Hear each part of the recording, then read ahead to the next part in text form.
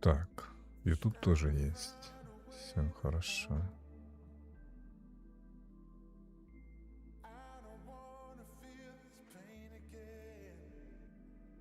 Так.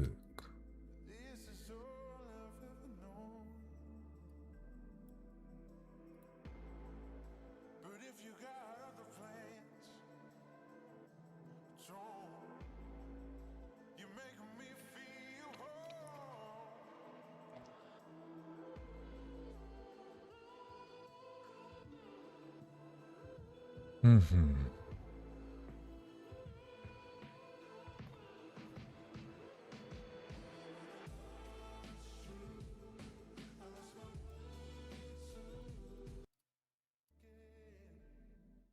Мгм. Так, все работает. Все работает как надо. Мгм.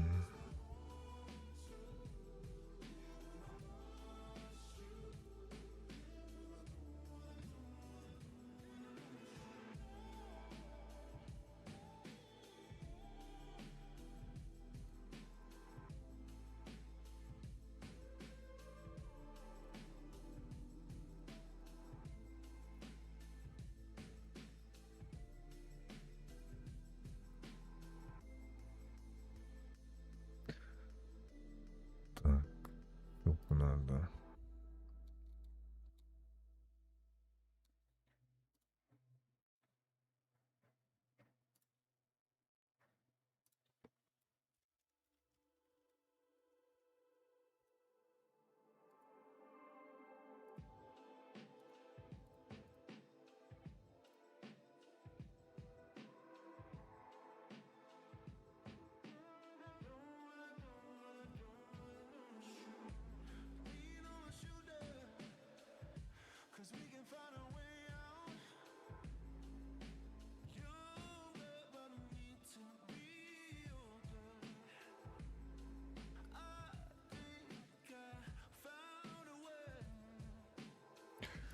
Blender F.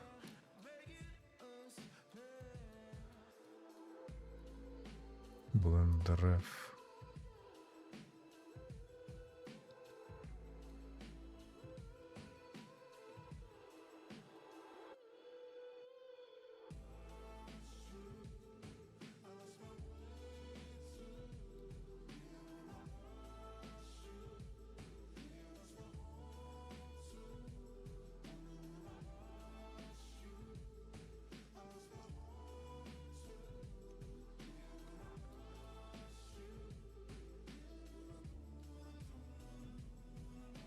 Блин, неужели я поудалял? Неужели я поудалял все заметки с прошлого этого?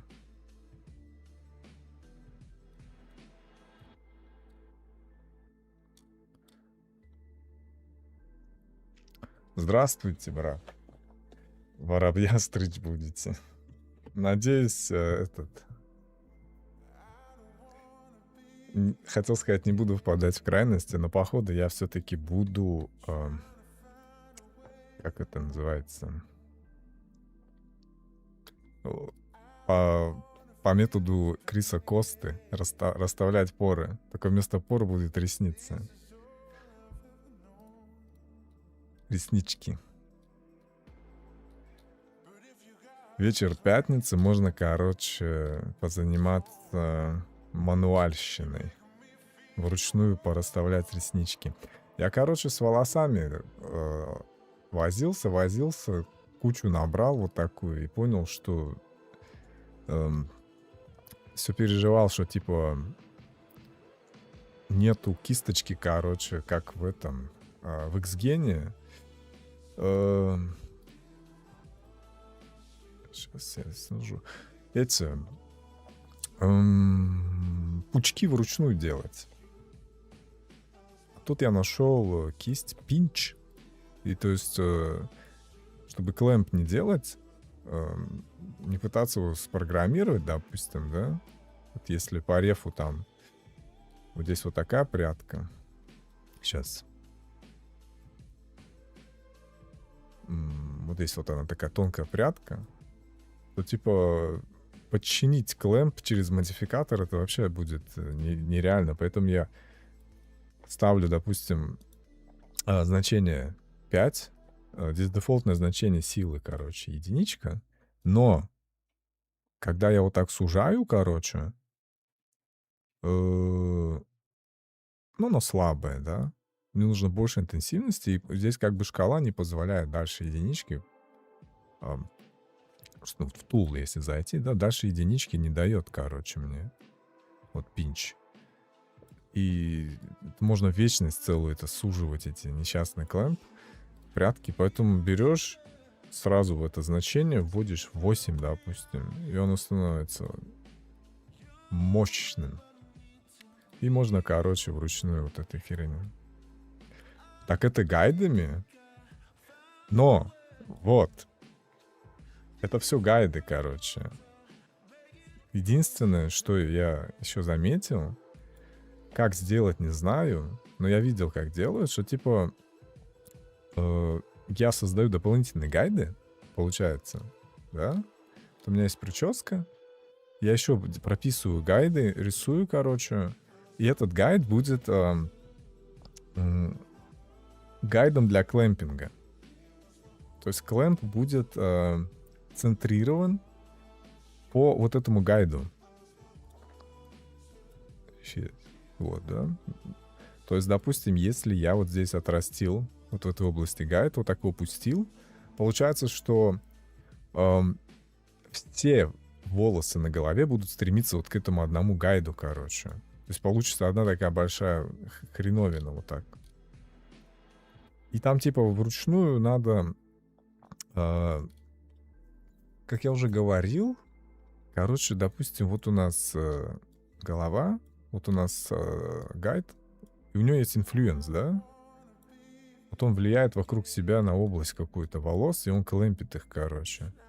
И надо как-то модификатор ограничить, чтобы он клэмпил только то, что в радиусе него находится, а не всю вот эту вот штукенцию.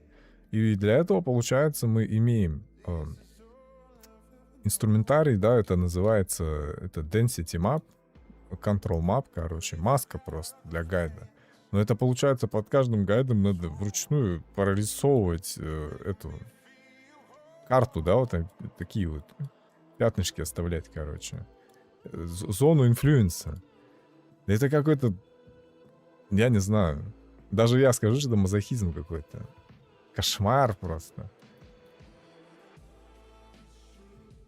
Да, короче, для клэмпинга отдельные гайды, и вся-то структура, короче, тех, кто делает прически, допустим, да, они так не заморачиваются и просто, как сказать, просто берут, делают клэмпинг, какой попадет, ну, сидом можно, да, его там поконтролить, просто порандомить, покидать вот эти вот, как его, дайс, кости. Какой-то, да, что-то там выпадает, о, нормально, ништяк, мне пойдет. Но из-за того, что у меня условие какое, да, типа, мы делаем Jens Prix like стайл, да, и поэтому нам надо прядка в прядку, короче, чтобы собрать асом, авесоми на ArtStation. Да, не должна быть настройка для... Должна быть, да, должна быть. Но чисто вот я сейчас, да, теоретизирую, получается, нужен... логика такая, да, что нужен инфлюенс какой-то. Вот я, знаешь, повторяюсь, я помню, даже на стриме это тоже озвучивал, что клэмпингу нужен какой-то инфлюенс. Вот даже вот если я сейчас зайду в Geometry Nodes, да, вот тут есть интерполяция, получается, волосяного покрова, да, вот сейчас я отделю. Вот у нас получается... это клэмпинг. Сейчас интерполяция мне нужна. Вот интерполяция волос, да? Мы получаем вот такую вот требуху. Вот у нас голова. Получается, мы выращиваем гайд, да? И инфлюенсом это вот у нас что? Distance to guides. Вот она. Получается, мы здесь выбираем сантиметраж, да, вокруг вот этого, вот эту зону инфлюенса мы, получается, определяем, сколько нам надо. 1 сантиметр, там, 2 сантиметра, 3 сантиметра. И все, что попадает, короче, в этот инфлюенс, там у нас вырастают волосы, да? Child, дети, короче.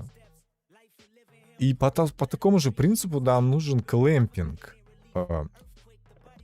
Если у нас есть вот такая щетка волос, да, выращенная, короче, модификатор клэмпа будет, короче, вот на такие секции делить, подразбивать свое влияние, да, на эту щетку волос, и они будут вот по вот этим... Мы можем как бы их реже делать, да, клэмпинг, либо вообще супер мелкие прядки делать. Но сам факт, то, что он, короче, равномерно распределяет. А если бы я как-то мог выборочно клэмпить, то я бы, короче, просто вручную контролил клэмпинг прядки, да, и там, где, короче, отдельно отрастил бы гайды, просто еще один дубликат hair curve сделал бы, просто там 2-3 гайда раскидал, и там, где в гайд, он, короче, будет у нас инфлюенсить и делать клэмпинг, да? То есть вот так получается. Но, блядь, сейчас я попробую это сделать. Смотри, хуй знает, как это работает в твоем плагине. В Hair Tool логика такая, по слоям. Первый слой ты делаешь low density волосы, редкие, так. Второй слой ты задаешь, что они дети первой группы. Так, да. Это получается у нас X-геновская, короче, иерархия, да? Гайд. Гайд наследует через интерполяцию, он множится. У нас получаются дети, короче. И вся вот эта масса детей, да, она контролируется одним гайдом, чтобы каждый мануально не двигать, да, то есть они наследуют от гайда, короче. Весь шейп, да. Потом ты пишешь, дети, первый слой — это родители, да, клэмпинга второй группы, и также третья группа может быть детьми. Да, это там уже можно, конечно, типа, но я сам лично не делаю, потому что там и так волос до хрена, и будет, короче, дублировать можно. Клэмпинг второй группы также при этом первую группу можно вообще скрыть, да. А клэмпинг можно по Vertex Paint инфлюенсить, либо группу создать, которая растет только там, где есть клэмпинг, и юзать ее для детей, которым нужен клэмпинг. Да, я вот и говорю то, что, блядь, вручную, если я буду кисточкой водить там, я, знаешь, что могу не почувствовать? Сейчас покажу. Если мне надо понять, где вот этот вот, где вот эта прядь, которую я хочу, да, заузить, где она здесь берет начало, где ее там, этот корень, короче, где она там затачена, и вот это вот гемор, короче. М. Да, волосы, короче, именно вообще работают идеально, все хорошо. Без "б" вообще. Просто именно из-за того, что я, и мне нужен прям супер, заморочиться. И вот я прям хочу. Мне принципиально, да, чтобы оно один в один было, короче, да. И из-за этого, ну, даже не в один, ну, очень близко. И даже вот на этом уровне все равно контроля, вот именно супер глубокого контроля очень мало. Он дикий какой-то. Вот, ну, то есть логика подсказывает, что мы а, делаем это все через инфлюенс, вторичными гайдами какими-то. То есть тот метод, то, что вот я вот говорю вручную, через пинч, это все получается у нас Хрис короче, дебала.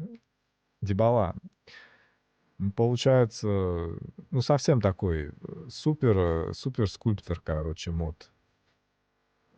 Как будто я реально там руками делаю что-то, не 3D, где у меня есть подсобка всякая, которая может просто одной кнопкой так чик и рутину, да, какую-то заменить. А может быть, я и хочу так сделать. Так, что ты пишешь? Клэмпинг можно тогда, это то, что ты кистями собрался делать, это дебала фейбермешевская. Да, да, брат, да. Хорошо ты сказал файбермеш, я уже забыл вообще, что это такое. Там полигруппы надо делать на пучках волос. И это 11 лет назад, Дима, на всю жизнь хватило. И нет, при всем уважении я не вернусь к файбермешу.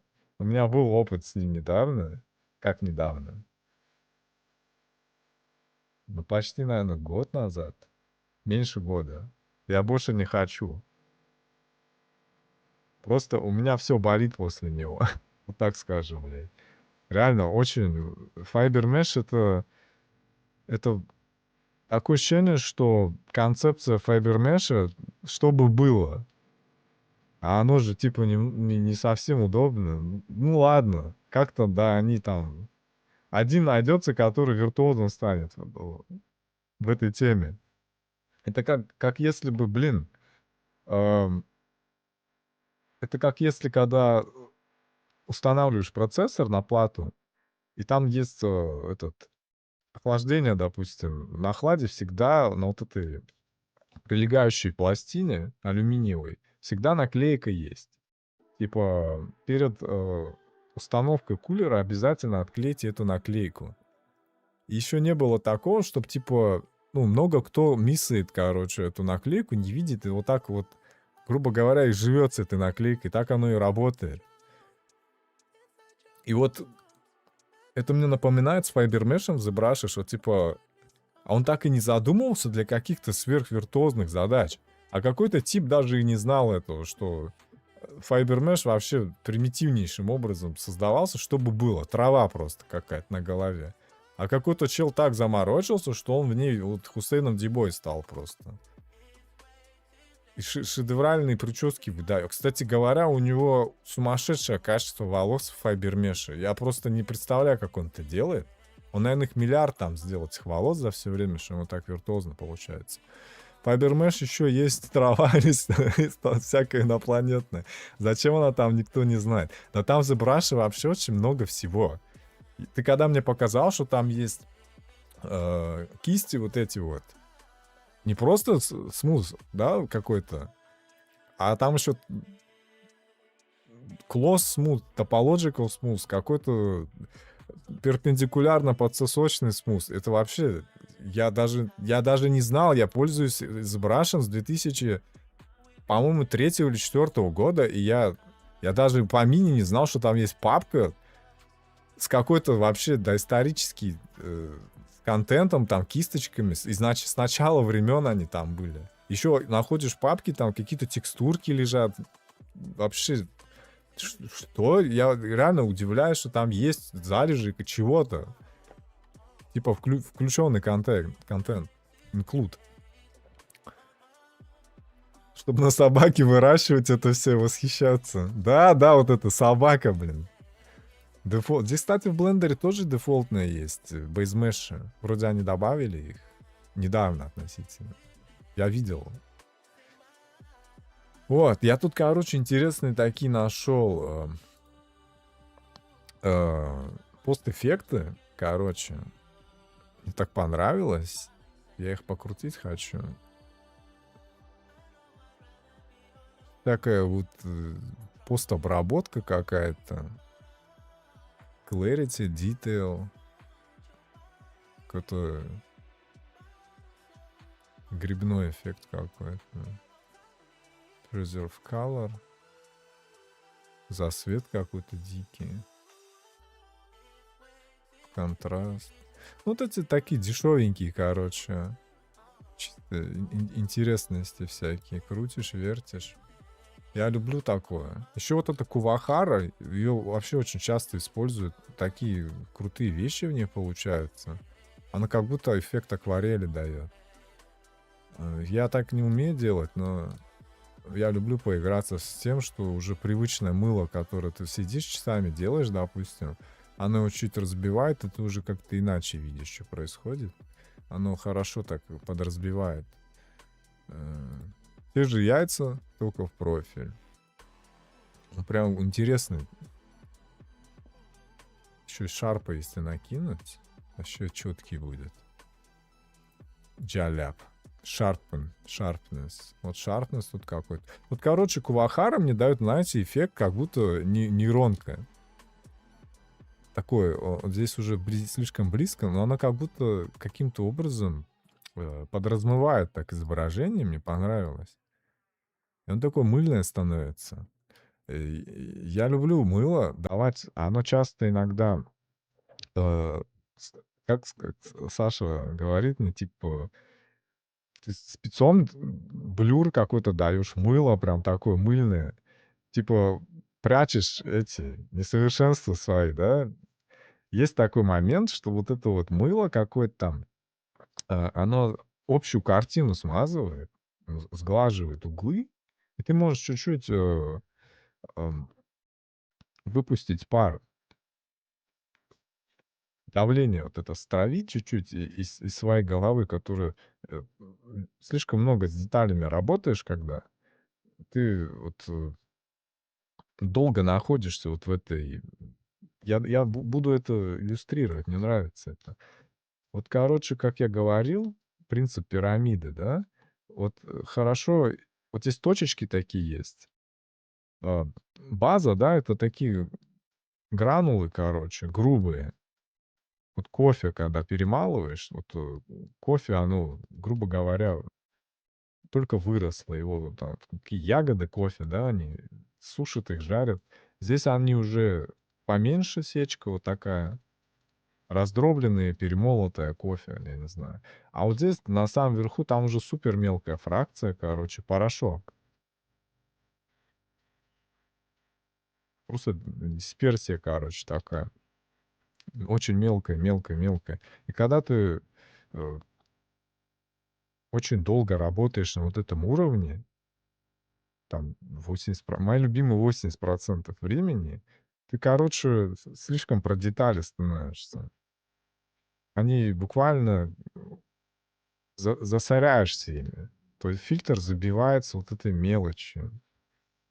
Естественно, когда у тебя грубые вот эти камни, там ягоды, ты особо не заморачиваешь. Это будут блокинг, да, вот эти вот стадии. Тут уже поменьше, вот поинтереснее детали, так посложнее, но тут уже самый ад начинается. Вот здесь вот кончик пирамиды, вот здесь ты болеть уже начинаешь, мучиться. Поэтому надо чуть-чуть здесь вот этот пар стравливать, действительно, чтобы глаз чуть-чуть подотдохнул и расслабиться чуть-чуть, и посмотреть вот как-то иначе чуть-чуть. Вот это мыло, так называемое, оно дает вот этот эффект немножко. Тут еще вот почему мыло, здесь глэр есть. Глэр прям тоже он такой интенсив дает. Сейчас я его выкручу на максимум. Он так не откручивается, да? Тут только серьги, короче, блестят. Ну вот этот Bloom, здесь threshold есть. У меня слово threshold только с одной этой. Во. Вот такое, короче, замыливание даешь. Он не просто высветляет, да, он блумит как бы. А именно, я не знаю, экспозицию, что он там выкручивает, короче. И опять же происходит вот это мыло. Вот я сейчас... Ну, что такие? Вот так. Оп, оп, оп, оп. Вот это хайлайты он так их выкручивает, замыливает, и становится чуть-чуть... Общая картинка меняется, и ты можешь чуть-чуть по-другому на нее уже посмотреть. Так, брат, что вы пишете? Кстати, хуй знает почему, но я последние несколько лет начинаю с пресета сцены с собакой. Какая традиция, что ли, для скейла, наверное. Да, кстати говоря, там у некоторых вот этих сцен с бейзмешами, по-моему, действительно правильный масштаб. Оно заскелено, оно вот... Ты даже когда открываешь, я знаю, вот эта перспектива там еще есть вот эти вспомогательные... как он? Флур, да, вот этот X, Y, Z, он включенный становится. И он сразу, короче, нормальный, человеческий какой-то. Нормальный глаз, короче. Ассаламу алейкум, как шамсыс, четкий, вообще мощный. Делаем реснички, короче, бровки, реснички, записывайтесь. Сейчас будем расставлять вручную.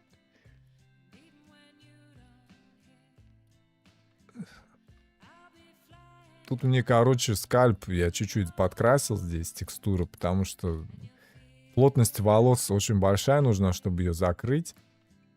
Сейчас я здесь чуть-чуть покажу, почему так.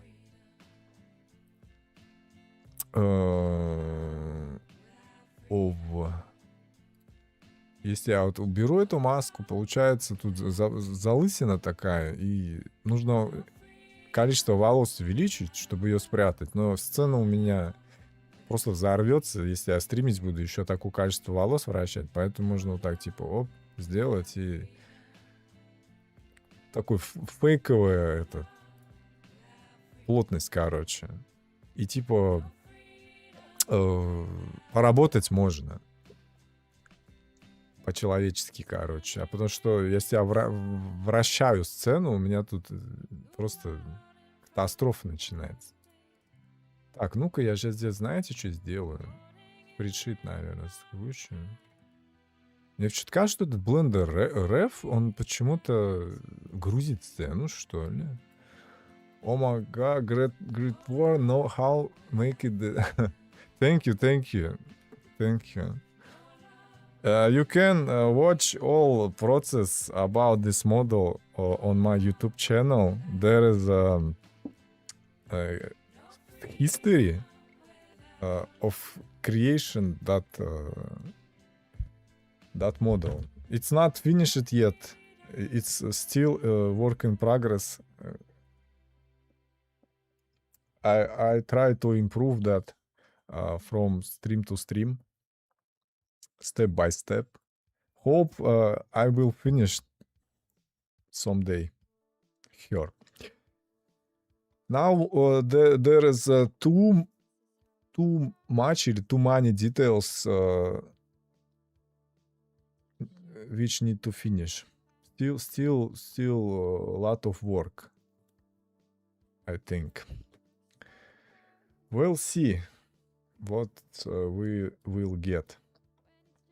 Так, Sigrid. Что я еще хотел? Scalp, do you have channel? Yes. Twitch, да. On Twitch there is a link on my YouTube channel. Discord, you can Discord. О, я там забыл поприветствовать в Дискорде сейчас. У меня просто был тайм-аут месяца 3, блядь. Меня не было нормально ни постримить, ничего. Я уже Сейчас. Where can I open?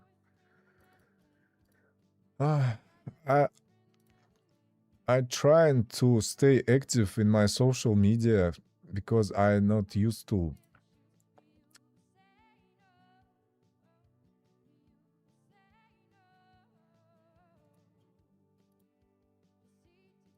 Так.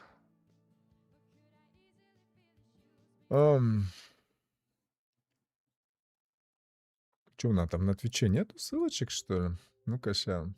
Блядь. У меня на Твиче Карадуба написано. И... Как его? Почему Карадуба? Вот мы сколько...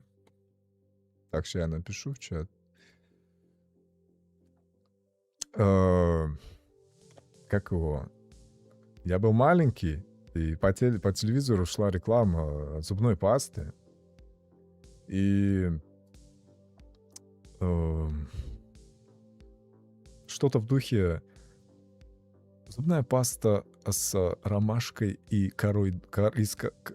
ромашка, экстракт ромашки и кора дуба поможет вашим деснам. Я не мог понять, что такое кора дуба. Что это? Что за одно слово кора дуба? Вот мы вчера с Игорем вспоминали. Кора дуба. И мне само слово нравится, как оно звучит. К смысловой нагрузке, если не привязывать, то что это кора дуба. То есть кора от дерева дуб. Это я спустя только долгие, многие годы понял, что это кора дуба. Что это не какая-то мифическая смола мумиё там или Высокогорная тибетская трава, кора дуба. А это просто кора дерева. Для меня это было, типа, как в том меме, взрыв мозга. Вау, типа, что, блядь, все это время, как там этот Северус Снейп с Гарри Поттера, always, все это время, all this time, always. Короче, вот, я когда канал создавал, я особо долго не думал, когда мне введите ник. Я такой, что в голову пришло, то и вставил. У меня везде он, по-моему. И в играх, и там.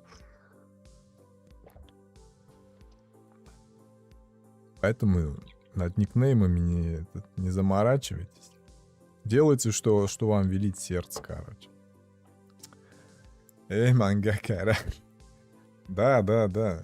Тогда, знаешь, на наш манер будет кара дуба. Мангакара, кара дуба. Кара думба. О, кара же красный или черный? Кара думба. Бараня думба, короче. Мангакара. Мангакара, гаптерма. Так, что еще думаю? Я, короче, в прошлый раз тебе оставлял выноски. Они не сохранились, потому что я их, по-моему, грохнул.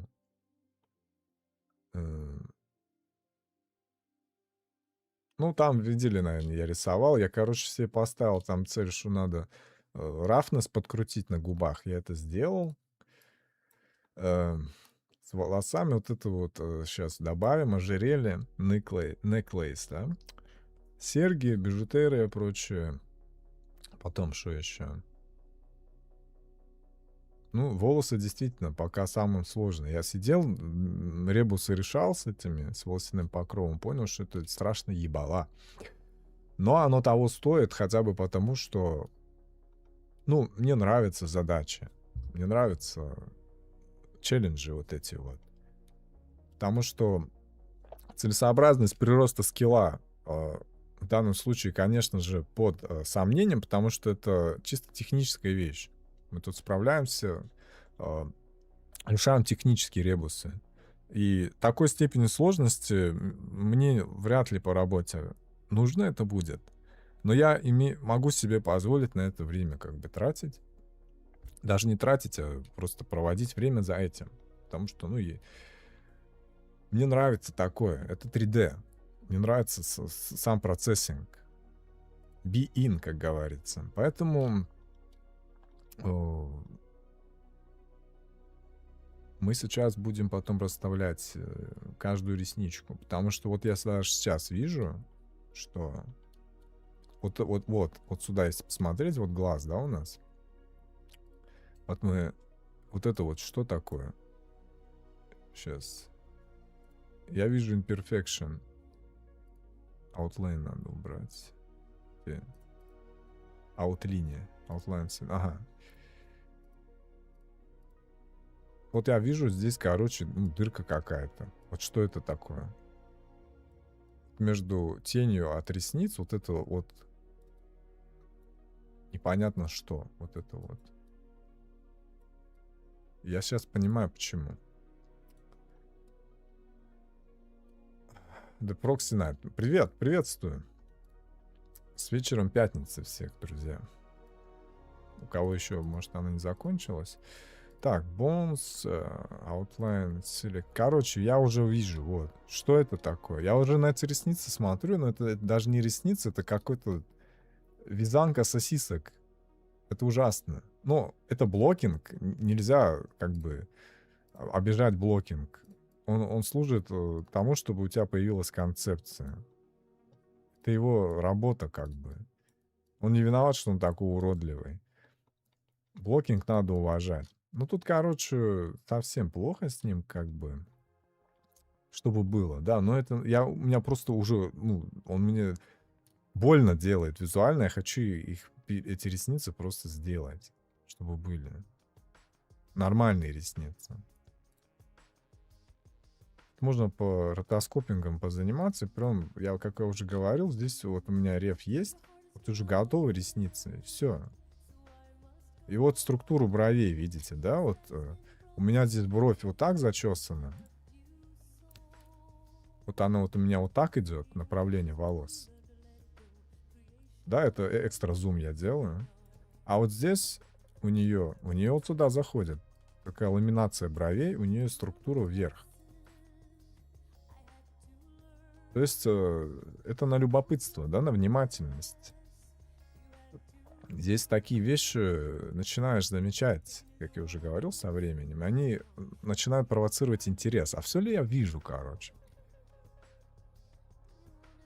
Так. Там еще есть... еще тело есть, но мне надо кое-какие детали замазать там. Хотя, подождите, по-моему, не надо ничего замазывать. Я надеюсь, меня за это не забанят. Нет, я думаю, забанят. Надо кожу отключить. Опс. Да, тело есть, его можно выставить позу чисто для блокинга. Тоже. Рик там какой-никакой прикручен. Надеюсь, за это меня не покарают. Короче, можно сделать и начать делать потом платье.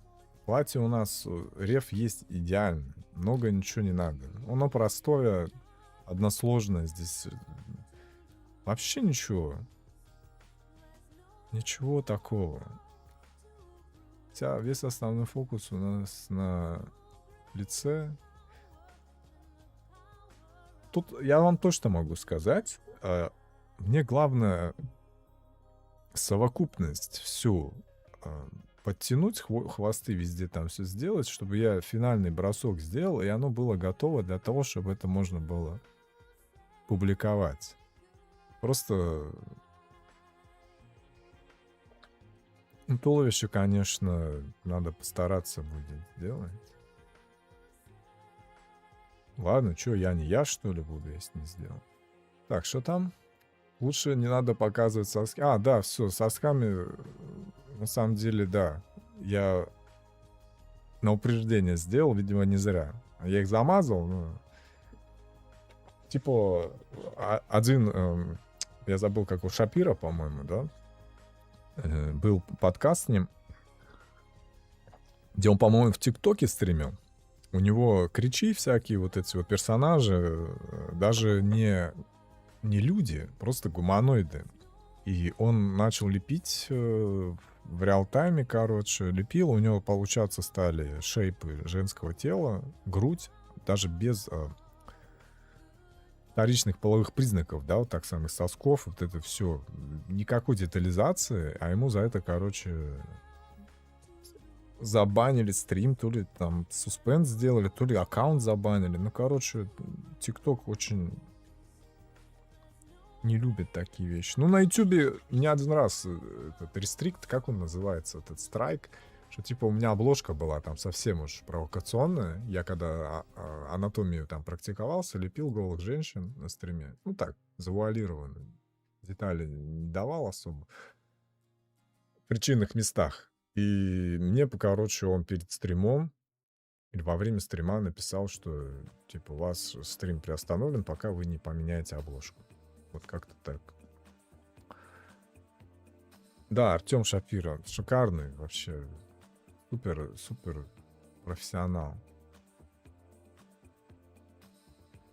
Обожаю вспоминать, как он на стриме там говорил, что у него целая планета кричей. Что там у него эти есть иерархия именно какой-то властный класс, там император, потом нижестоящие адепты, какие-то там еще, как в Вархаммере, там инквизиторы. Вархаммер, кстати, очень насыщенный лор, там могущественный просто. Так, знаете, надо выбрать, что посмотреть. Хотя нет, мы сейчас пробежимся по ништякам, которые мне любезно предоставил уважаемый Олег. Мне просто контент-мейкер, он такие мне дает материал посмотреть, послушать. Очень-очень интересно. Так, сейчас я Ну, короче, да, я вижу, что надо делать будет. У нас есть что делать. Я так сейчас отойду, буквально на минуту. Сейчас буду. Надеюсь, за музыку мне тоже не прилетит.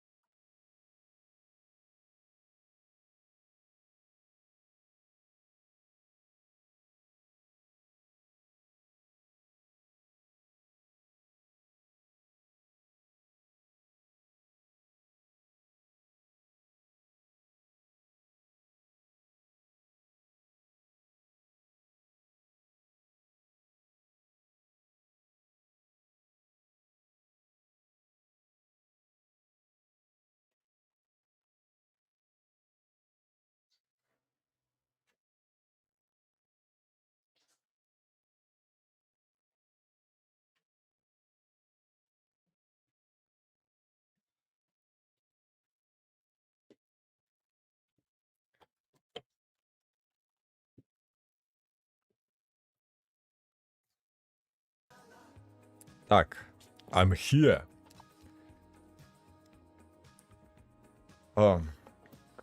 Я вообще бесконечно благодарен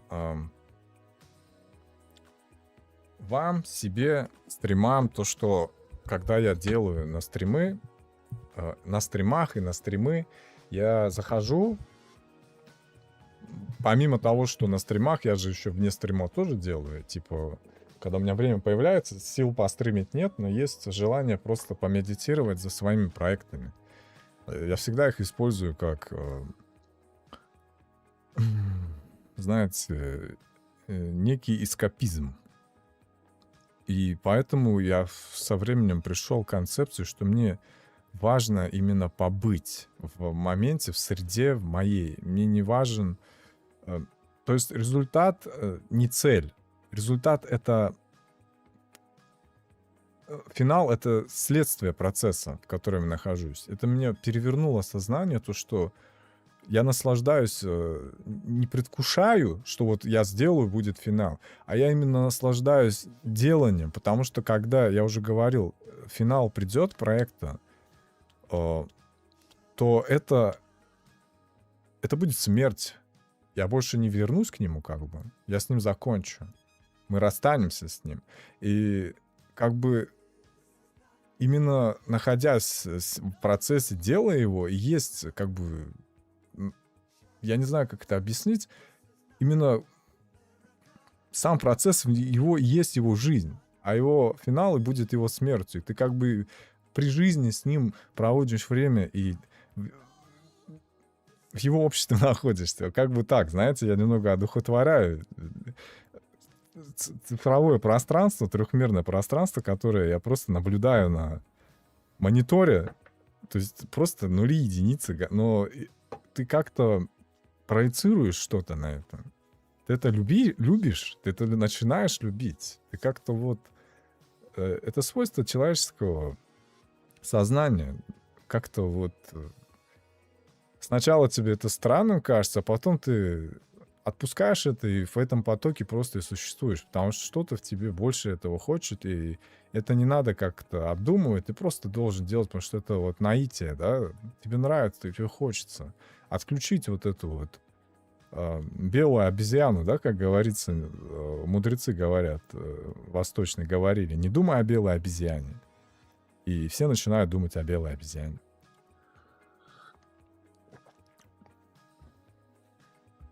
Вот я к тому, что благодаря всему вот этому визуальному наглядному процессу, прогрессу, я могу посмотреть, как оно там начиналось, как оно двигалось. И есть некая такая вот фиксация прогресса, процесса во времени. Я могу видеть, как постепенно оно улучшается, оно становится лучше. То есть что-то в тебе, выбранная какая-то тобой стратегия, она работает. Что раз оно улучшается, значит, ты правильно движешься. И вот это эфемерное что-то, вот я всегда об этом думал, что именно в тебе помогает тебе понять, что ты попал вот в лайкнес, допустим, схожесть, где та точка, где ты понимаешь, что все готово. Что это в тебе считает вот уверенно, что да, это классно. Все, здесь действительно все как надо. Аутентично, как первоисходники, и вообще вот есть попадание. Это вот касательно ниши лайкнесса, да, ты делаешь что-то. Это очень такая абстрактная вообще. Я когда задумался, господи, а как у меня там... Я когда там что-то делаю, где я понимаю, где можно остановиться, что уже все, вот он работает. Кто это во мне сидит и говорит, все, давай, нормально. И это у меня тоже такое процесс осознания пошел. Что в человеке вообще навык? Как его можно вычленить, как его можно обособить? И если это поддается обособлению в тебе, то это надо начать культивировать, познакомиться с этим, понять, как оно работает. То есть, да, занимайся работой, у тебя будет навык расти. Но этот навык тоже должен как бы нащупать у него руку, чтобы с ним познакомиться, подергать. Окей, чувак, ты во мне, ты часть меня, как ты работаешь? Где вот, принципы, короче, начинаешь в самом себе находить, которые помогают тебе вещи делать. Заканчивать, там, находить. То есть это очень интересно, я вам так скажу. И стримы, и вот это вот все, оно помогает познать себя. Понимаете, если бы я этим не занимался вне, то я бы и вслух вещи не говорил какие-то, и с вами обратную связь не получал. И это позволяет и самоизучить себя, переизучить себя, заглянуть в себя, понять какие-то моменты, как ты работаешь. Это вот серьезно. Чем больше вещей тебя заставляют обратить внимание на самого же себя, тем это лучше, тем это благо, тем это полезнее будет. То есть себя надо искать не вовне, а в самом же себе. То есть ты сам в себе всегда есть, все вещи вокруг тебя, они внутри в тебе. Чтобы вы понимали, э, внутри нас, ну, вот этот мир вокруг нас, это не... Как бы вам... Это, как я чувствую, я вот говорю по себе, что у нас есть сцена в блендере внутри. То есть у нас блендер открывает сцену мира. И в нем расставляет модели. Вот эти digital doubles, копии людей. Внутри нас блендер, внутри нас кто-то в блендере моделит реальность, делая ее дубликат. Понимаете? Это я вот такой, философия блендера, как она глубоко пошла, корни пустила. И все эти вещи вокруг нас, они замоделены в блендере. Они Ctrl-C, Ctrl-V из реальности в голову. Мы моделируем мир внутри себя и сверяем этот мир с внешним миром. Что работает, что не работает.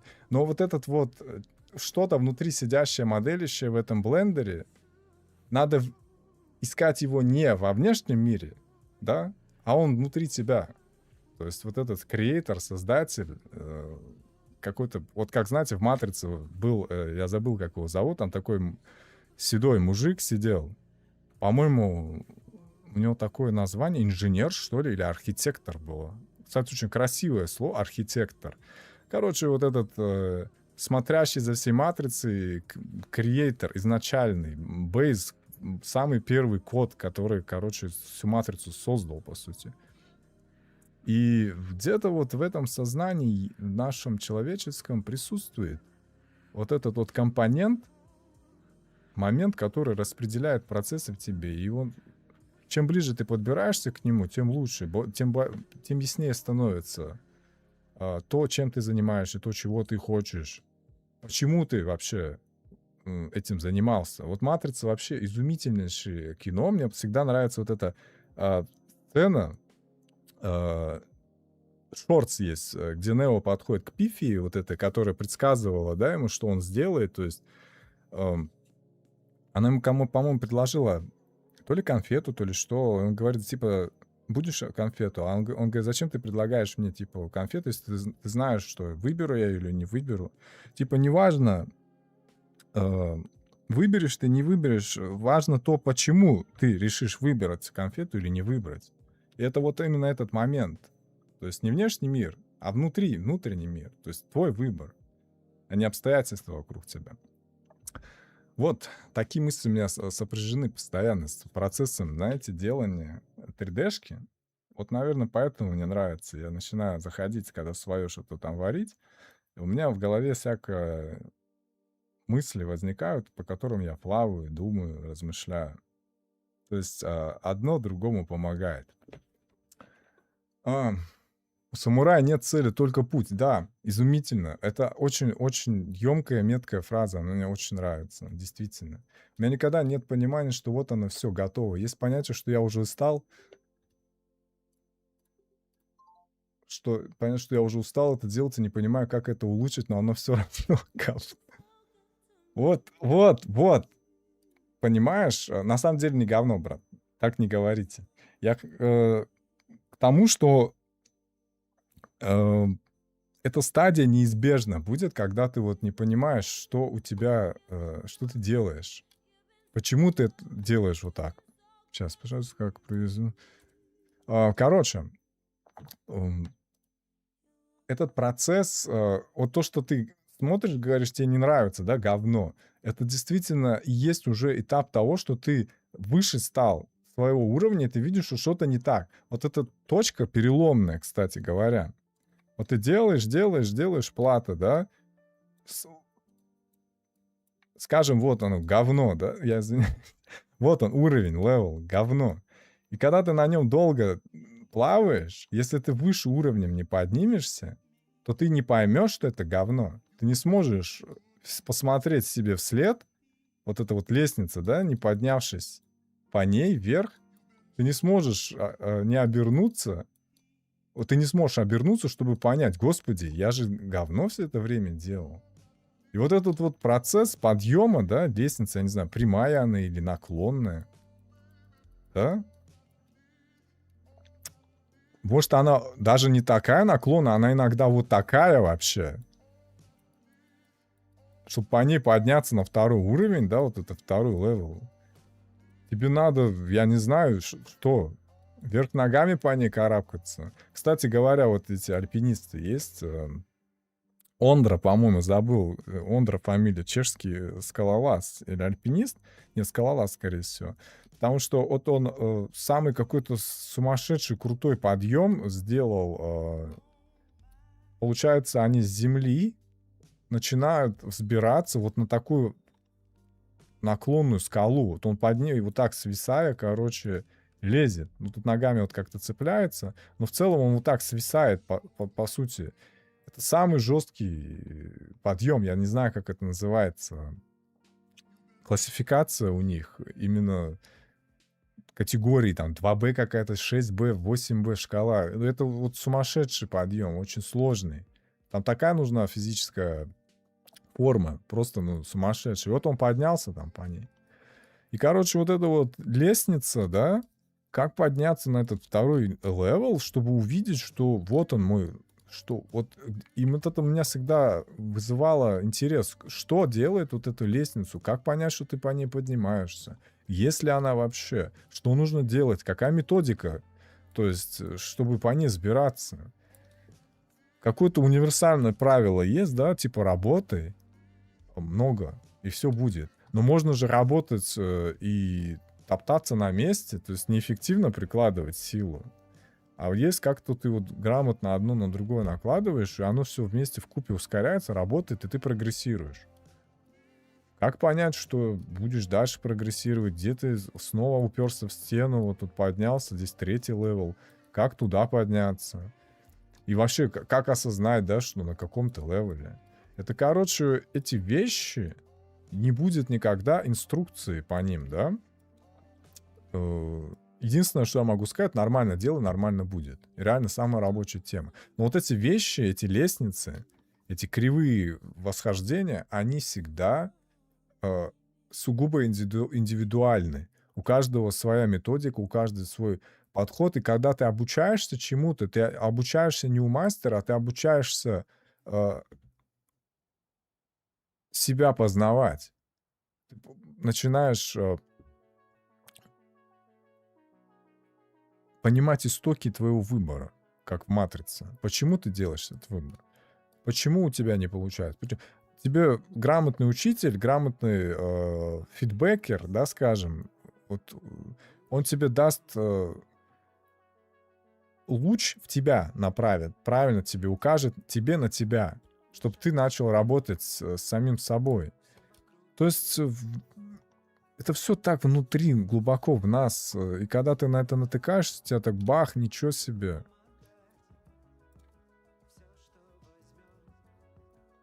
С внешнего на внутреннее. С внешнего на внутреннее. От общего к частному. То есть Сократ сказал, да, познай себя. Это сумасшедшая вообще по силе фраза. Познай себя. Познай себя. Познай. Почему? Как ты? Почему у тебя? Какая твоя лестница? Вот даже вот здесь в блендере в анимации есть там степ, лайнир, когда вот эти степпинг сплайны, да, при анимации, безье вот этот гладкий, синусоидный, и там еще какие-то. Какой твой график, типа, как ты работаешь, как ты функционируешь, где ты разгоняешься, где ты останавливаешься, где ты хорош, в каком навыке, в хардсурфейсе, в скульптинге, в текстуринге, где твой лимит, где вот этот вот открытость к самим собой, чтобы понять, где твои сильные места, где твои слабые места, где ты сможешь что-то, а где ты никогда не сможешь. Понять, смириться и сконцентрироваться на том, что ты умеешь лучше всего. Наверное, как-то так. Ну, знаете, невозможно просто... Сам процесс делания, создавания чего-то, он к тебе как будто бы пробуждает мысли именно такой же природы, созидания, какого-то раскрытия, чего-то делания. В тебе начинается процесс делания. Вот ты делаешь руками, ты делаешь, и также в тебе зеркалит в мозги такой же процесс делания. В тебе начинает что-то делаться. Вот как если общем говорить. И поэтому я круг сделал такой большой. Я говорю спасибо всем причастным. Спасибо за то, что я могу этим заниматься, что я делаю. И это во мне, ну, это улучшило меня. То есть я залез на лестницу и посмотрел вниз, такой, окей, я стал лучше в чем-то. Даже одно, чего стоит анимацию я делать начал на стримах, это раз. Когда вообще, в принципе, не занимался. Анатомию, там, череп заскульптил. То есть я боялся, как огня, вообще череп скульптить. Я взял сферу, создал и вылепил. Я не к тому, что какой я хороший, красивый, блестящий, а к тому, что эта опция доступна любому на Земле. То есть, если ты занимаешься блендером, то как минимум у тебя есть инструмент, там, ПК, который позволяет тебе блендер запустить. Это уже достаточно. То есть ты уже в каких-то условиях созданных есть, то поэтому просто нужно начать. То есть я говорю, боялся как огня, думаю, череп, это сложно. Сидишь, просто начинаешь делать, понимаешь, что, блядь, сам себе по рукам бьешь и не даешь просто вещам свершиться, которые в тебе сидят. Ну, пожалуйста, дай мне сделать. Почему ты боишься? Ты что, топор, что ли? Ну ты что? Возьми, сделай, ну пожалуйста. Дай мне поточить этот череп из, блядь, 3D глины. Если у тебя в реале глины нет, ну, пожалуйста. Поэтому кормите вот этого внутреннего любопытствующего, голодного создателя. Дайте ему работать процесс. Пусть он попробует, пусть говно получится, но потом оно на второй день будет уже не говно. На третий день вообще будет уже карамель, блядь, понимаете? Шоколад получится. То есть, не начав, ты не сможешь подниматься. Это невозможно, не начав делать. То есть это неизбежно не проходить вот эти лестницы на пути к какой-то точке. Ты по-любому столкнешься со стадией говна, со стадией не говна, со стадией шоколадка просто. Поэтому делайте. Слово дня — делайте просто. Поначалу главное делайте, просто делайте, а потом уже методично делайте. Начинайте познавать, что получается, что не получается, надавите, улучшите. Вот это, конечно, на словах все сладко-гладко, но я сам через это проходил, и это оно так и работает, такой универсальный закон. Простой, просто как палка, прямой. Там-там-там. Ой, у меня чаечек тут льется. Так, я извиняюсь, я чуть-чуть забываю про чатик. Работай, анализируй, работай. Да, да, да. Даже как вот в физике, да, есть термин работа называется. То есть тело совершает работу. Оно выделяет энергию, задействует энергию, поглощает энергию. То есть невозможно в пространстве, вот слава богу, что у нас нет телепортации. То есть весь физический мир вокруг нас, он как бы намекает, что ты никогда не телепортируешься из одной точки в другую. И это прекрасно. Потому что, чтобы мне из одной точки в другую попасть, мне надо встать и пройти. То есть приложить усилия, совершить работу. Если говоря физикой школьной. Тело должно совершить работу. И это вот именно прекрасно.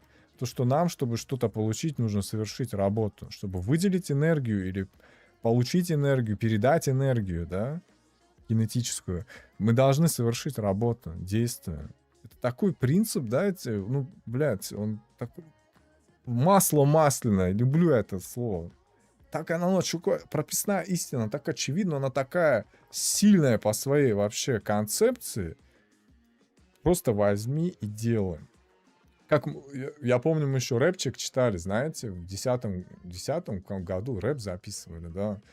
И мой друг записал куплет, и его слова в этом куплете были, я их сквозь всю жизнь свою несу. Спасибо, Ренат, тебе за эти строки. Если хочешь что-то начать, просто начни и делай. Сама фраза простая даже. Хочешь что-то начать, просто возьми и сделай. Там оно рифмуется в куплете, оно так шикарно звучит, но я всегда эту фразу себе говорю. Хочешь что-то начать, просто начни и делай. И такой, блин, вот я Олегу говорил, когда смотришь рабочие задачи, такой, блин, как я с этим справлюсь, как я сделаю это все так... И когда ты заходишь в процесс, ты начинаешь делать его, и вот эта вот стадия проходит, буквально в течение получаса она рассасывается, и ты уже не мучаешься, а ты берешь и делаешь. Вот этот страх, тревога отступает, и ты уже в процессе. Ты уже самурай, который идет. Ты сперва самурай, который в начале пути, да, ты не идешь, но ты думаешь о пути, да, вот самурай. Ты думаешь о пути, ты думаешь о нем, думать. Но именно когда ты начинаешь идти, вот это думание, оно прекращается. Ну, типа это думание тебе и не дает идти. Ты думаешь, но не идешь. А потом ты просто идешь. А уже потом думаешь, как ты прошел, что там делаешь, или в процессе думаешь. И так это шокирует, господи, даже что мне мешало просто начать взять делать, типа. Это вот именно сам себе говоришь, боже, я никогда такой ошибки не повторю. Я буду просто вот всегда садиться и делать. И, ну, часто снова тоже паттерн появляется, типа, блин, так как я сделаю? Да возьми и сделай. И всегда это работает. Просто садишься, закрываешь глаза, вот этот brute force, да, грубая сила. Ты ломаешь с ноги эту дверь, и все, и процесс пошел.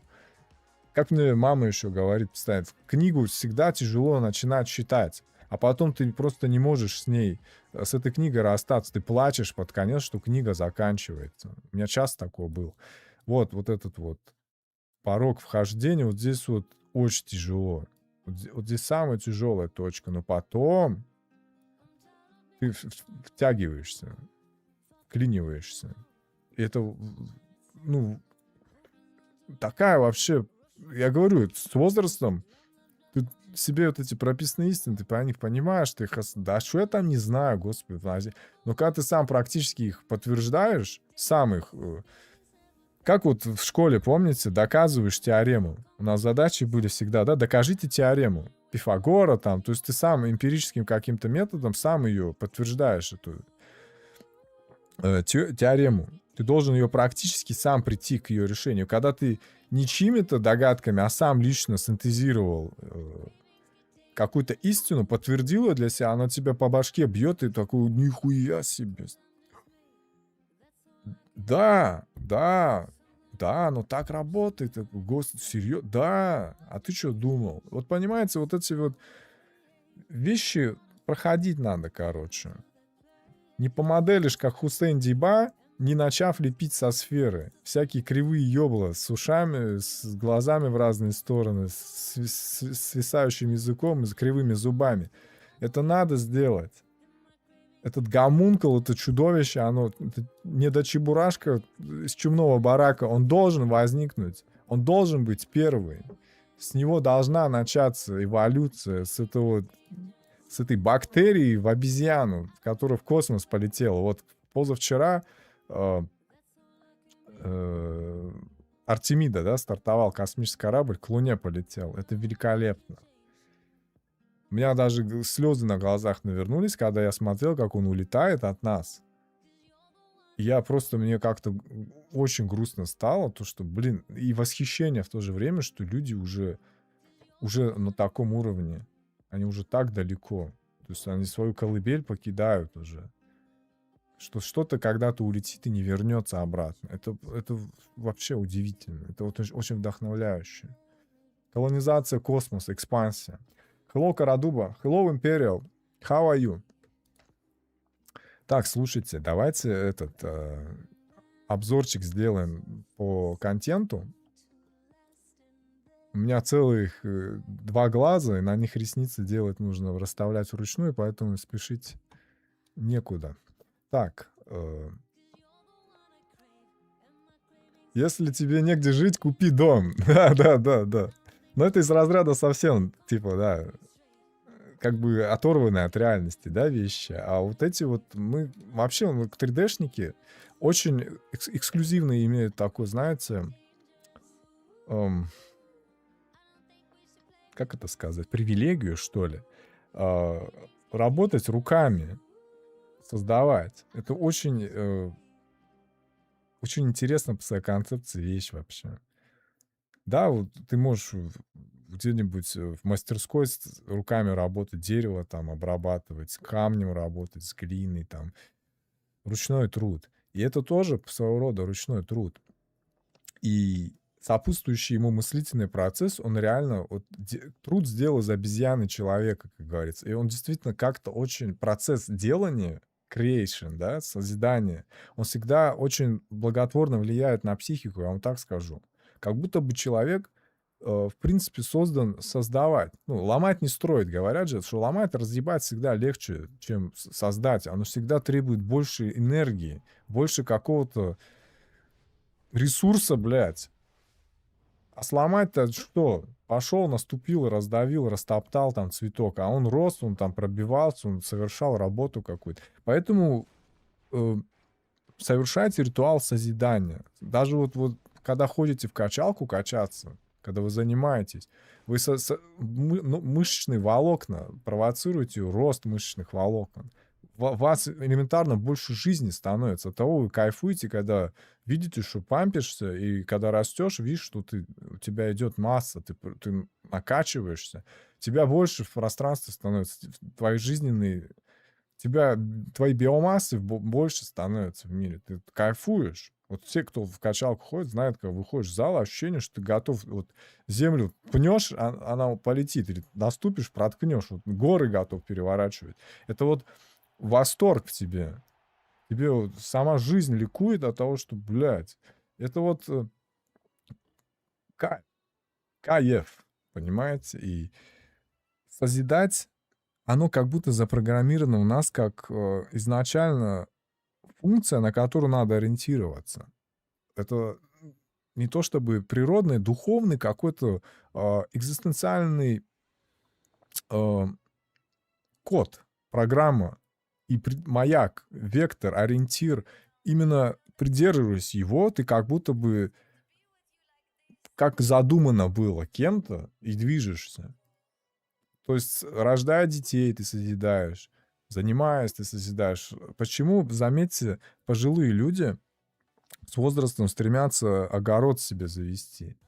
Им нужен участок, они хотят на дачу. Вот даже вот посмотрите, пожилые, они часто ездят на дачу или покупают себе за городом дом и просто сидят с утра до вечера в огороде. Это потому, что ты хочешь естественным путем, механически, технически, ввиду прожитой жизни, ты как бы неизбежно приходишь к концепции, к тому, что тебе надо создавать. Ты понимаешь, что это и есть, ну, скажем так, божественное, что это и есть предназначение созидать, и ты хочешь создавать жизнь. Ты ее размножаешь, ты создаешь клумбы, ты растишь, ты ухаживаешь, ты заводишь кошек, ты заводишь собаку, ты кормишь бездомных, ты начинаешь обращаться вот к этой концепции неосознанно даже. Она прослеживается, ты созидателем становишься. Чем раньше понимаешь концепцию созидать, даже если ты не зарабатываешь созиданием на жизнь, но тебе ввиду того, что как будто человеческое существо просит, чтобы эта функция, галочка всегда была отмечена, созидать. Созидайте, делайте.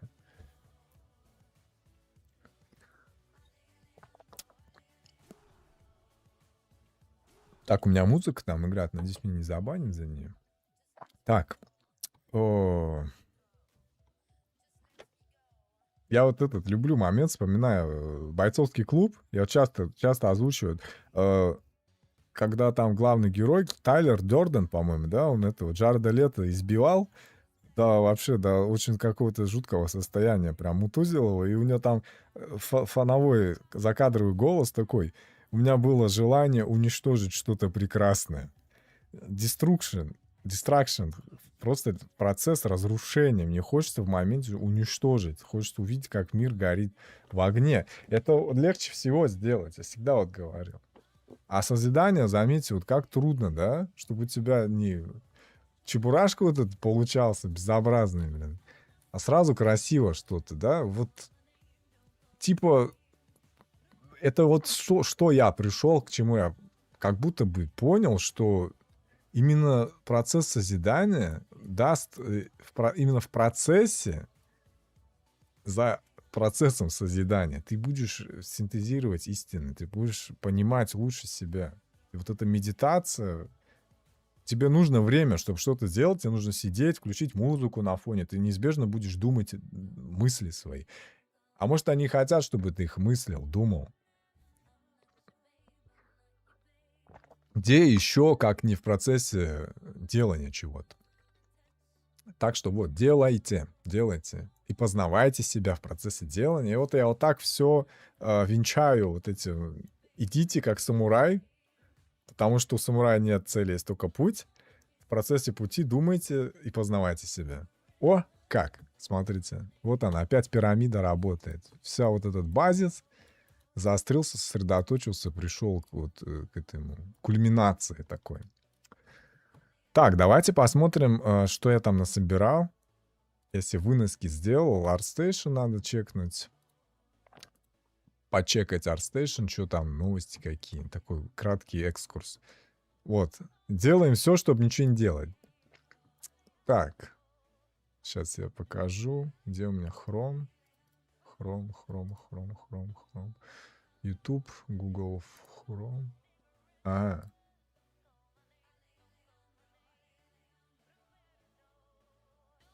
My name, don't call my name. Так, смотрим, что у нас есть на ArtStation. Олег, ты мне скинул.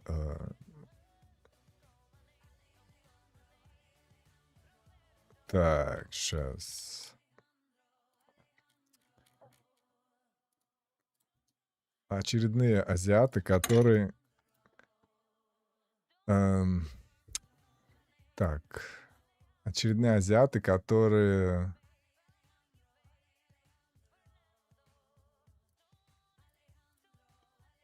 Это просто шедеврально.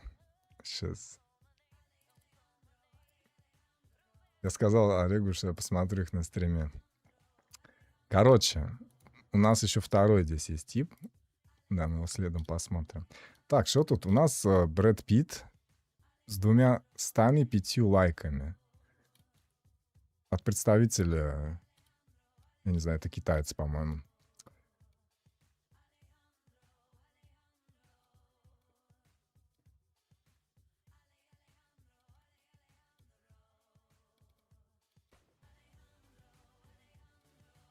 Это вот, знаете, такое происходит часто, когда если кто лепит, кому нравится, не стесняйтесь ротоскопингом заниматься. То есть загружать изображение, это не запрещено, все этим занимаются. Загружаешь изображение в Blender, в ZBrush, через the Spotlight в ZBrush, и просто проецируешь, как бы создаешь опорные линии, контуры, под которые подгоняешь свою модель. Это не читинг. Это там все равно нужен глаз, навык, чтобы подогнать именно перспективу чувствовать, потому что каждая референс-фотография, которую ты используешь для прототипирования, ротоскопирования этого, проецирования, оно имеет свои настройки, как это называется-то? Depth of field. Линза, фокусное расстояние, там, 60 миллиметров, 120 миллиметров, оно постоянно разное. И глаз нужно натренировать на такое огромное количество референсов, чтобы ты понимал, где какое фокальное вот это расстояние используется. Потому что если у тебя фотка там условно снята на телефон, а ты выставляешь перспективу в камере, а, о, мне этот трек нравится. Выставляешь, сейчас скажу, выставляешь там перспективу, как будто ты на телескоп снимаешь, этот Брэда Питта, то получится каша. Не, не, не получится так, что ты просто взял, фотку загрузил и сделал, короче, Брэда Питта. Не сделаешь. Это не читинг, это не, я не оправдываю там, что это наоборот полезно. Чтобы понимать, как элементарно лицо человеческое, контуры. То есть ты совершаешь работу, опять же, блядь, какой-то дисбаланс. У меня в наушниках громко, а тут не громко. Вот. Чем чаще будешь этим заниматься, тем лучше будешь правильные пропорции человеческого тела чувствовать. Соотношение расстояния между глазами, нос. Оно такое усредненное, среднеарифметическое. И это можно почувствовать, постоянно всматриваясь в лица, понимать флоу, да, шейп человеческого лица.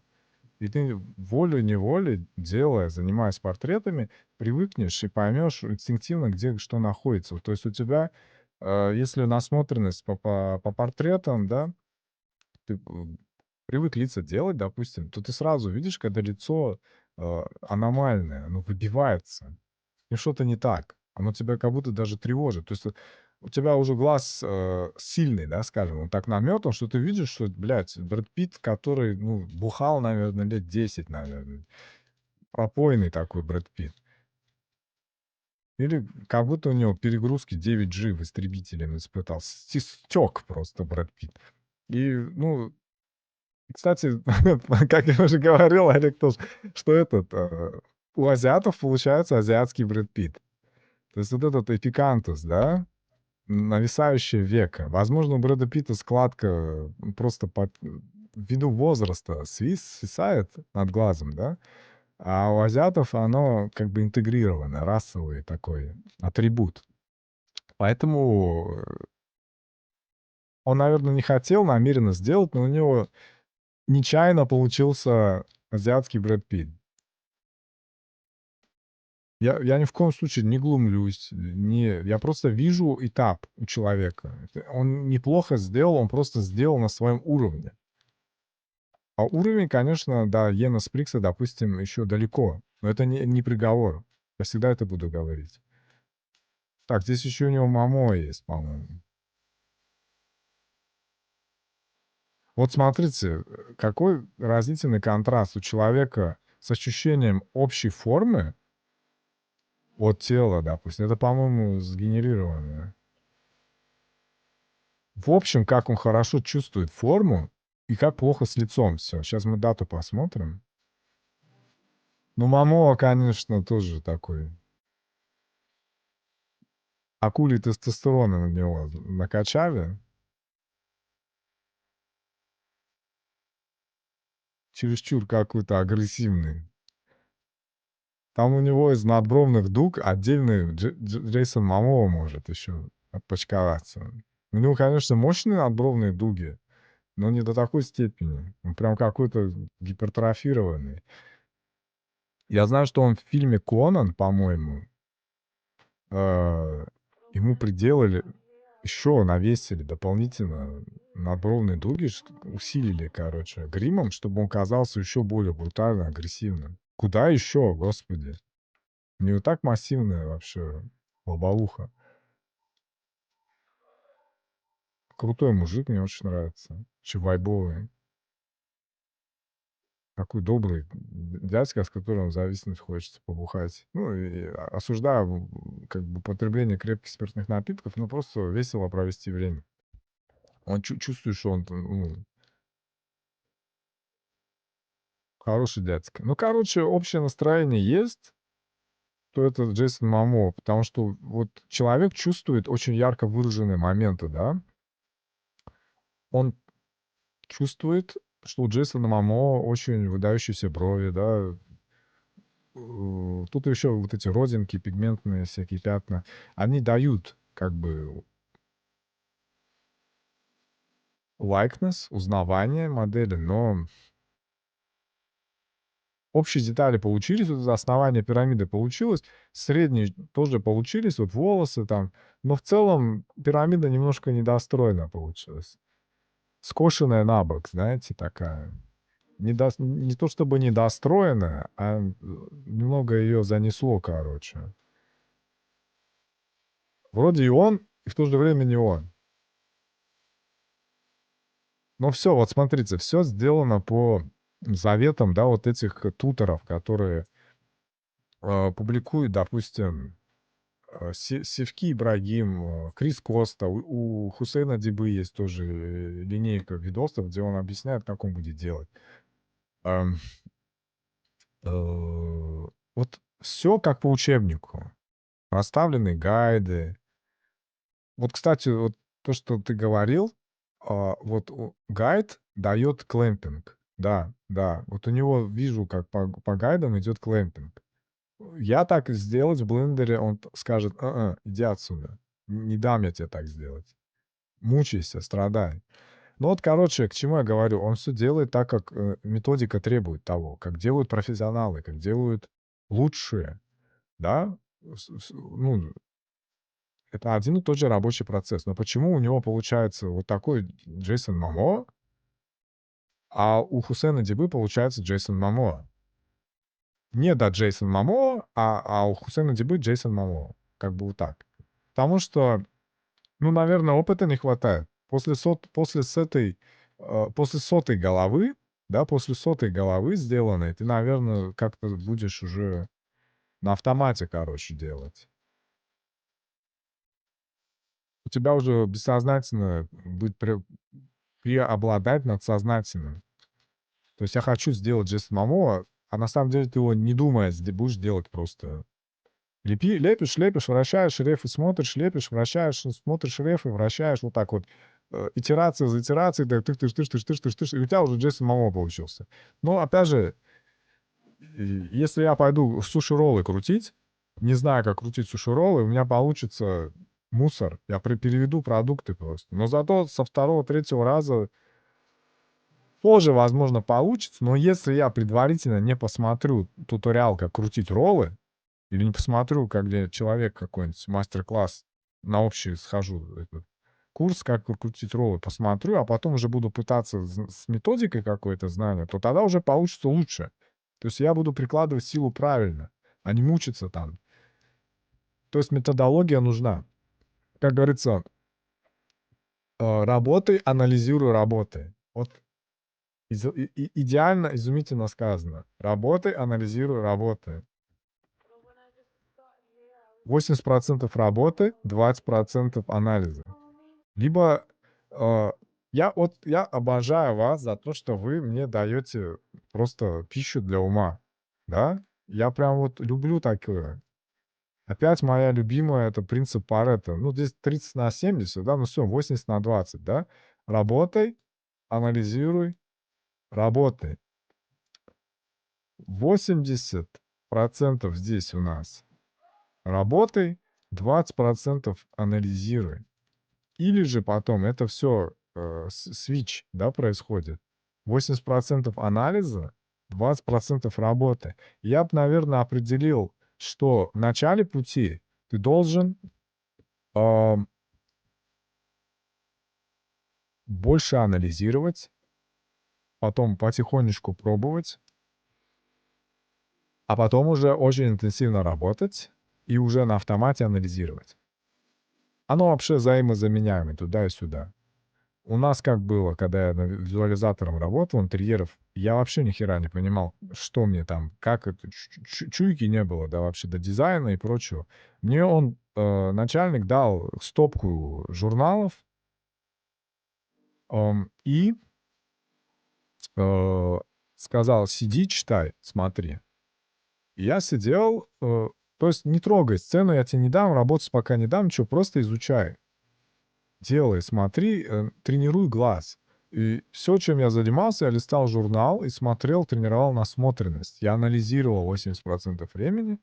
Я занимался тренированием э, своей нейронки. То есть мозг, да, у меня, когда я пришел работать визуализатором, у меня начал вырастать еще один мозг отдельный. Так, просто иллюстрация. Визуализация называется. Визуализатор, VRAM, там, в 3D Max рендерить эти интерьеры. Он сперва маленький был, и потом, когда я стал скармливать этому отдельному мозгу материал, эта нейросеть в голове моей тренироваться начала, нарастать, нарастать, нарастать, и в итоге она отпочковалась в отдельный мозг, который уже смог, дальше может спокойно 20% работы делать, ой, там 80% работы делать, уже анализом не заниматься. То есть я уже могу спокойно делать, потому что у меня есть знания теперь. У меня есть специфика, я могу понимаю, где тумбочка должна стоять, где какой свет должен быть расставлен. То есть сознанием дела, да? То есть, как говорится, практическая, теоретическая часть, и вот это вот работа, анализируя работа. Это прекрасно, ребята. Я люблю такое. Что там у нас еще? Ну вот тут у меня такое ощущение, что это сгенерировано. Нет, не сгенерировано. Я вижу эти лоу-поли. Потому что все генерации 3D-шных вот этих персонажей, кричей всяких из хуньянов и прочего всего, оно, оно вот в такой позе. Да, это стандартная T-поза, А-поза, да, то есть кто не делает таких. Но как будто все, что я не вижу там оттуда выходящее, оно вот именно вот так и стоит. У меня такое ощущение, вдруг он базу себе сгенерил и просто поверх нее там отритопил. Вполне возможно, почему нет? Но он же все-таки работал здесь, он руку прикладывал, делал. Мануальным какой-то терапией он занимался на этом гоблине. Че это, на этого похож? Халк такой есть с жабрами, вторая версия. Противник его, блядь, я забыл, как называется комикс. Но он хорош, вот для меня тоже загадка, знаете. Он так хорош вот в общей, хорош в общем каких-то ощущений тела, да, вот очень грамотно скульптит, понимает ощущение формы, композиции. Но почему-то получается вот Джейсон Мамо такой просроченный какой-то. Ну вот, знаете, опять же, моя любимая пирамида. Снизу вверх, да? Снизу вверх. То есть получается человек, да?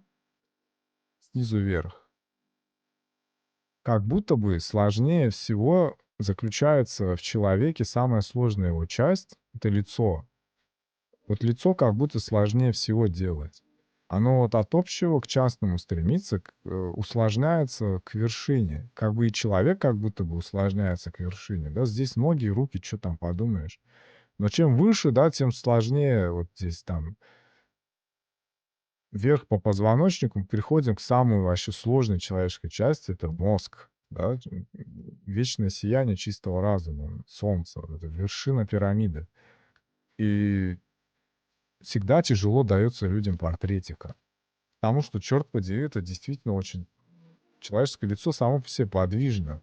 Оно на месте не стоит. Любая эмоция, там сколько, 40 мышц или 80 мышц, я уже не помню, приводится в действие, или 140, при элементарном удивлении или смехе, возмущении, поднятии бровей. Там целый оркестр, вообще эквалайзер задействуется просто. Это очень сложно. А руку поднять, у тебя там двуглавая мышца плеча, да, бицепс. Всё. Одно механическое движение, рычаг. А там целая морда, шевелящаяся, орущая, двигающаяся, глазами вращающаяся. Это очень... чем выше, тем сложнее. Тем там меньше обитает как бы... Ну, портретистов, да, мордеристов, их очень мало. Но много тех, кто как бы делает, может, общее. А кто вообще и тело, и голову, это уже там, я не знаю, сверхразум какой-то. Диба, Хусейн Диба. Он вообще не человек, по-моему. Он не с нашей планеты, короче. Очень уважаю Хусейна Дибу. Так. Ну, хочется людям делать портреты, нравится им. Я понимаю. Это действительно какое-то особое ощущение, когда ты человека вблизи долго рассматриваешь, как это делаешь. Какой-то особенный вайб возникает.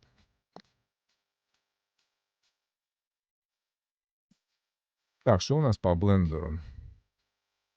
Что-нибудь новое появилось на Reddit?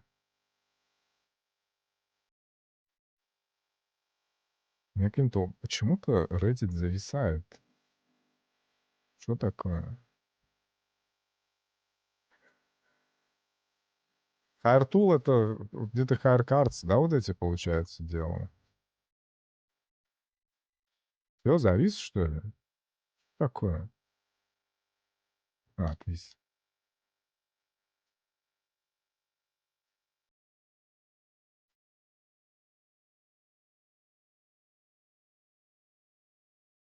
Пять недель изучения блендера.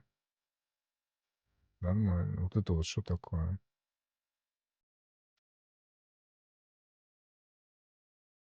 А, вот оно как.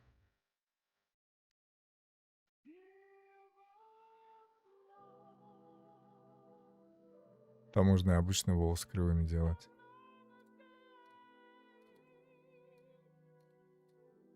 Вот это вот опять мне интересно показалось. Чел, я бы у него позаимствовал эту технологию. Такой Рик очень хорошо смотрится. Надеюсь, там обнаженщины не будет? Нет, не будет. Он, короче, симулирует все теми же мышцами. Там он даже филейная часть трясется. А тут все трясется на самом деле.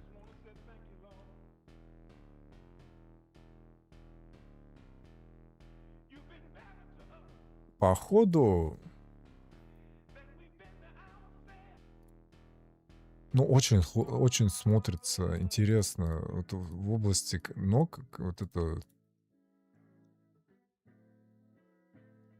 Он, короче, написал, что он авторик использовал для этого. I fixed up a lot of the my muscle soon on the chin.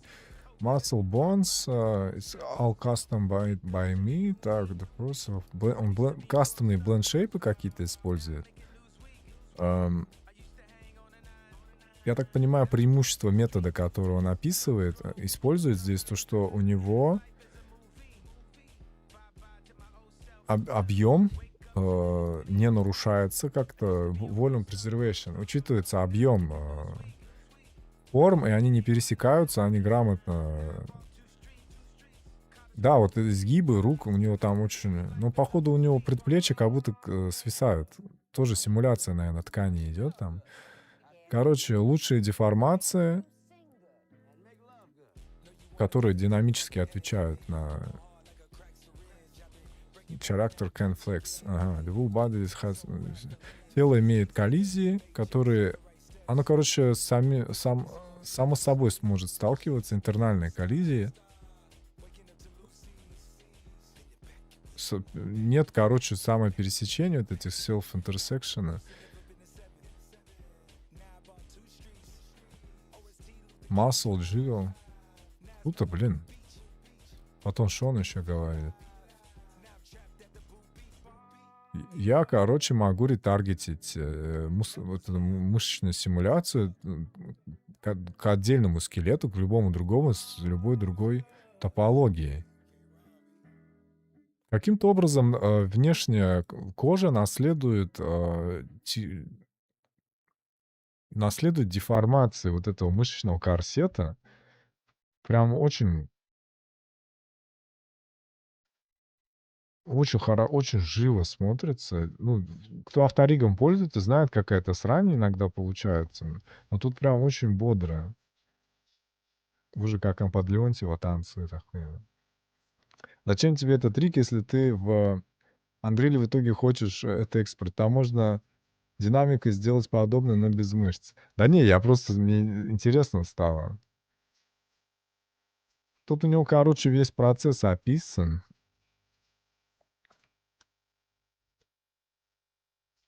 Ну-ка, давайте посмотрим. Первым шагом было создание базовой сетки, которую я затем вручную ретопологизировал. Это понятно. Я добавил модификатор multi-res для проработки этого. Понятно. Я выделил каждую отдельную мышцу, разделил их и перестроил сетку. Затем создал физические кости и использовал их для булевых операций при определении объемов мышц. После дальнейшей скульптурной обработки я использовал квадромешер для ретопологизации мышц. Это он скелет, да, получается, делал? Затем я индивидуально настроил веса для каждой мышцы, используя пользовательские вторичные веса для точек крепления. Для создания органичного движения каждая мышца имеет свою собственную симуляцию ткани с уникальными параметрами внутреннего давления и жесткости пружины. Угу. Я настроил каждый из этих параметров, чтобы гарантировать, что каждая мышца будет выпячиваться и истончаться в правильном анатомическом направлении без потери объема, обрабатывая как собственное столкновение, так и столкновение с внешними силами. Затем я создал жировой слой, в кавычках, вырезав его из сетки рендеринга с помощью булевой операции над всеми мышцами, перестроенными вместе.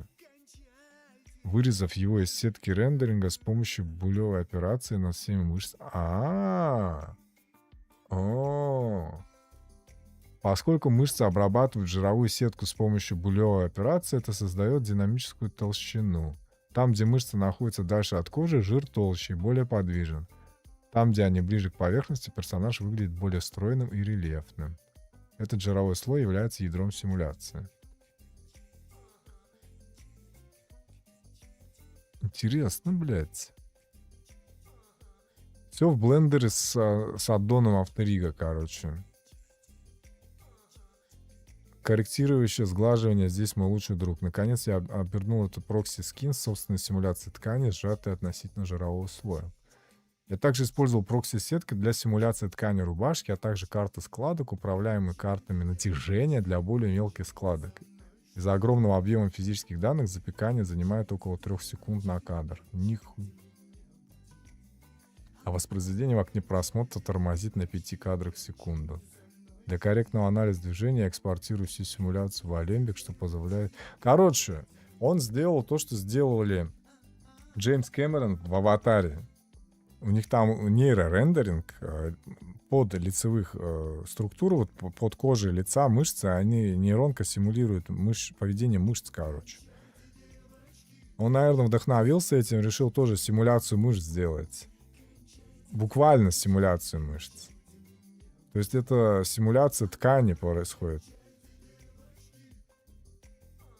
Как оно у него все не поулетало, блядь. Я не могу обычный шарик, ткань, допустим, рубашку, начнешь симулить. Она просто, я не знаю, как что-то, тряпка просто какая-то. Там даже намека нет на нормальное поведение физики ткани. Оно просто как-то, ну, очень тяжело настраиваться. Тоже Marvelous, допустим, гораздо более интуитивный в этом плане. А тут он целую мышечную конструкцию собрал, засимулил ее. Но то, что там филейная часть трясется прям. Вот что мне понравилось, он реально выглядит, есть ощущение какой-то плотности. Вот бедра, они там как будто есть тряска, есть масса, короче. Очень такой плавный. В принципе, интуитивно он правильно все сделал, как хотел. Видимо, как вдохновился, но производительность страшная, конечно. 5 кадров в секунду — это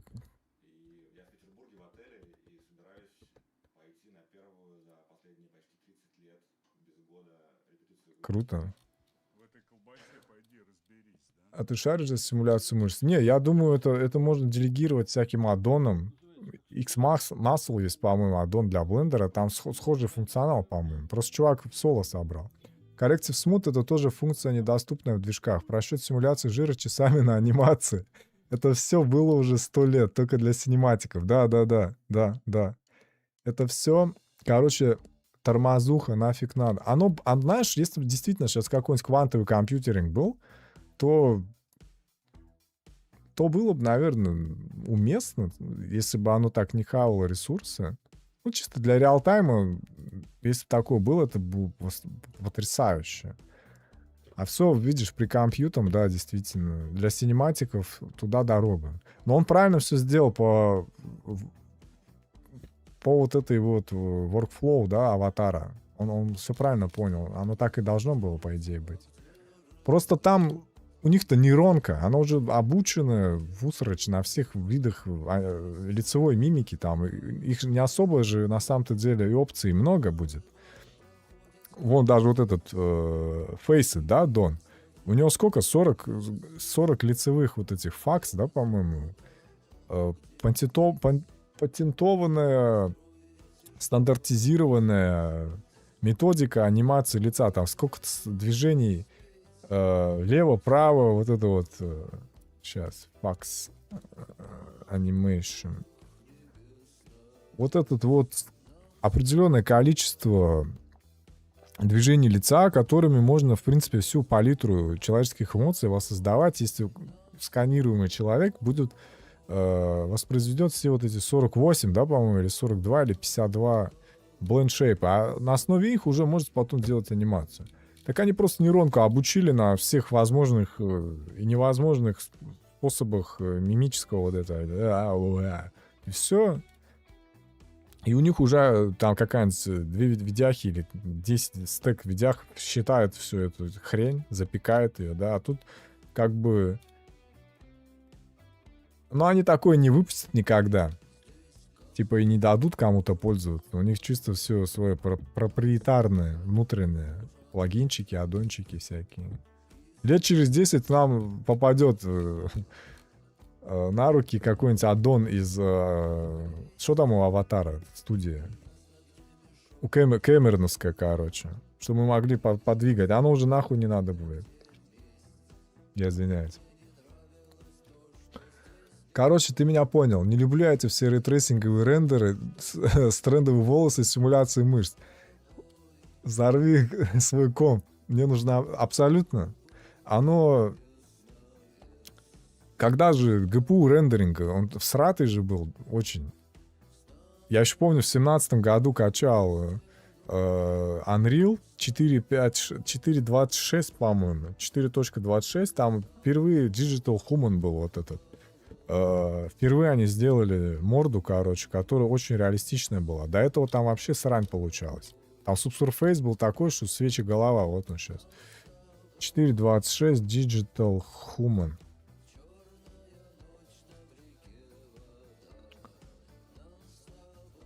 Не вот эти метахьюманы, а...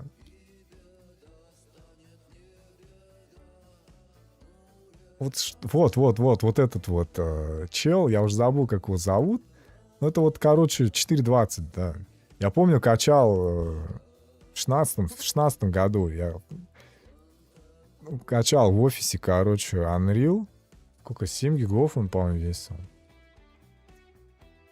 Э, Чтобы вот этот проект открыть. А он тоже очень... Он реалтаймовский, но там все так... Все вручную как-то модули написаны. Они, по сути, всю систему какую-то шейдинга переписали, там кастомные ноды сделали для света, для теней, чтобы реалистично выглядело. Короче. Но он тоже очень всратый такой проект. Там волосы, это геометрия. У нее запеченная... У каждой волосинки есть UV-карта, на которую забэчен Ambient Occlusion слой, короче. Это сейчас, да, вот волосы в Unreal можно рандомизировать, короче, крутя ползунки. Да, рандомайз, там, мелатонин, больше, меньше. А тогда там целую текстуру в Maya они запекали для вот этой прически. Это какой-то пиздец. Ну, допотопными технологиями сейчас кажется. Жутко тяжелыми. Я помню, сцену открывал, очень сильно висло. Вот этот у них крутой проект, я им очень вдохновлялся. Вот эта девушка, короче. Digital Human. Энди Серкис вот это тоже. Ну, Unreal хорошо шагнул в этом все. То есть до вот этих 17-го, там, 16-го все полагались на синематик, да, рендер, стендалон, V-Ray, Octane и прочее, чтобы фоторил делать. А потом бац, и очень мощно стало получаться на GPU рендере. Он сильно шагнул, качнулся, заапгрейдился и прям вообще. И люди, типа, нахера мне ждать там 10 часов один кадр на Арнольде каком-то, да? Когда я могу просто в реал-тайме 100 кадров рендерить, короче. На одной видяхе, условно. Это просто геймченджер был. Зачем мне идти пешком, если я могу поехать на автобусе? Вот так, да?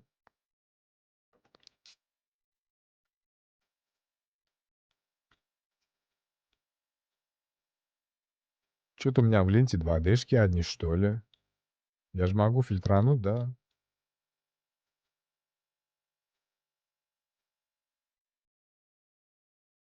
Animated Short.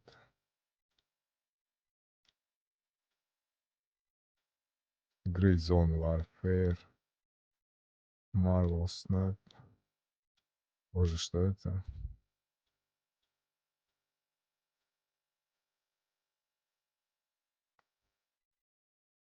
Ну, прикольно. На эту похож. Из Mortal Kombat, да? Quan Chi или как его там зовут. Боже, опять меня зависло.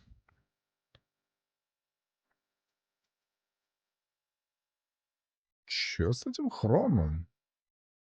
Алло, дружище, объясни.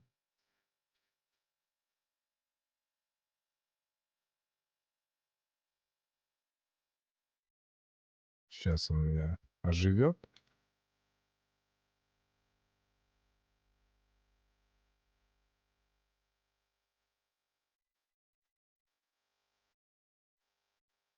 Тан-тан-дан. Ну, дружище, о, все, отлично. Так, что это у нас? Hi, guys. Today I'm proud to show you my latest work. It was created for 2 months contest. Flipped Normals. Я слышал, что Flipped Normals закрывается вроде как. Обанкротились, не обанкротились, не понимаю, но они то ли их поглощают, то ли они, короче, закрылись. Закрываются. Наверное, будет в связи с закрытием распродажа кистей для ZBrush. Скупайте все, кто может, за $50. Это, короче, на конкурс, да? Challenge Flip Normals. Ну вот конкурсы тоже хорошая тема для того, чтобы показать, что ты умеешь делать. Или что ты не умеешь делать. Тоже вот, кстати говоря. Твоя работа, она и Показывает твои сильные стороны и слабые стороны одновременно. Круто, дизайн такой интересный. Что это у него на шее? Солнечная батарея? Что это? Или Black Work какой-то? Ну, интересный персонаж. У него какая-то есть такая история, типа, я не знаю, что это у него сзади, вот. Почему? Что у него есть какие-то способности, что он удерживает, там, магнетизм какой-то, может, у него нейромодуль встроен телепатический, что? Вот он интерес возбуждает, типа, а что, зачем ему это? Как он использует это? Выглядит заряженно, на самом деле, мне нравится. Почему у меня зависает хром на прокрутке? Вот этот турнтейбл, я не знаю, что это. Турнейблы. Только я вниз проматываю, он просто... Надо этот движок, блядь, поменять в хроме, который за рендер отвечает.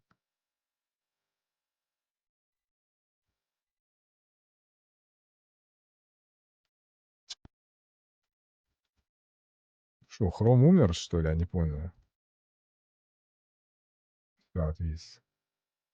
Ну, как тот челик говорил, да, никому не интересно, что там показываешь выноски, вот эти текстур, типа, что, чтобы что. Но это как бы требования конкурса, условия, возможно, там нужно ам,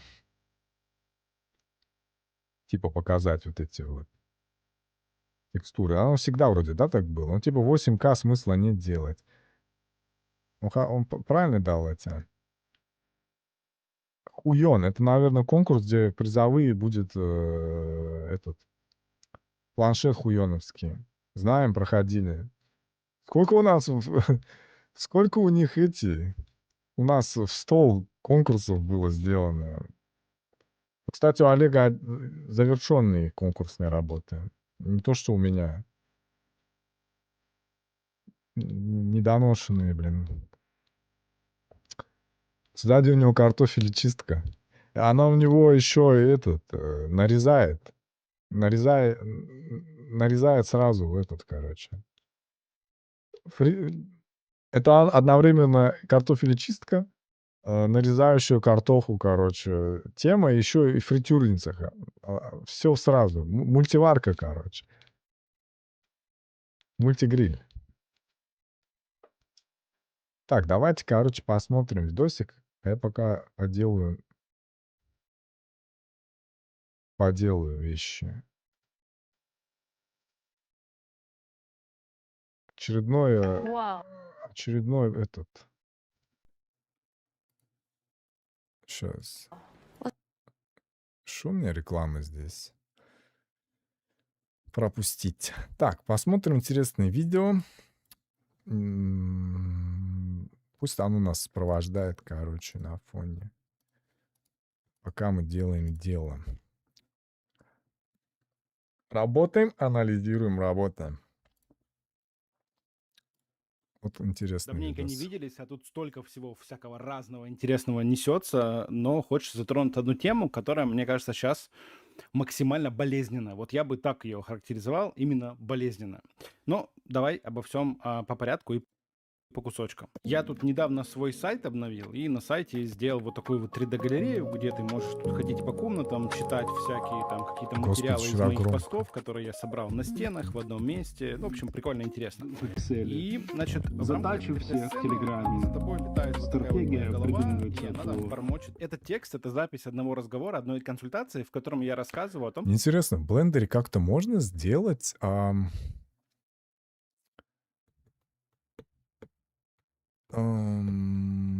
сделать, как в Unreal.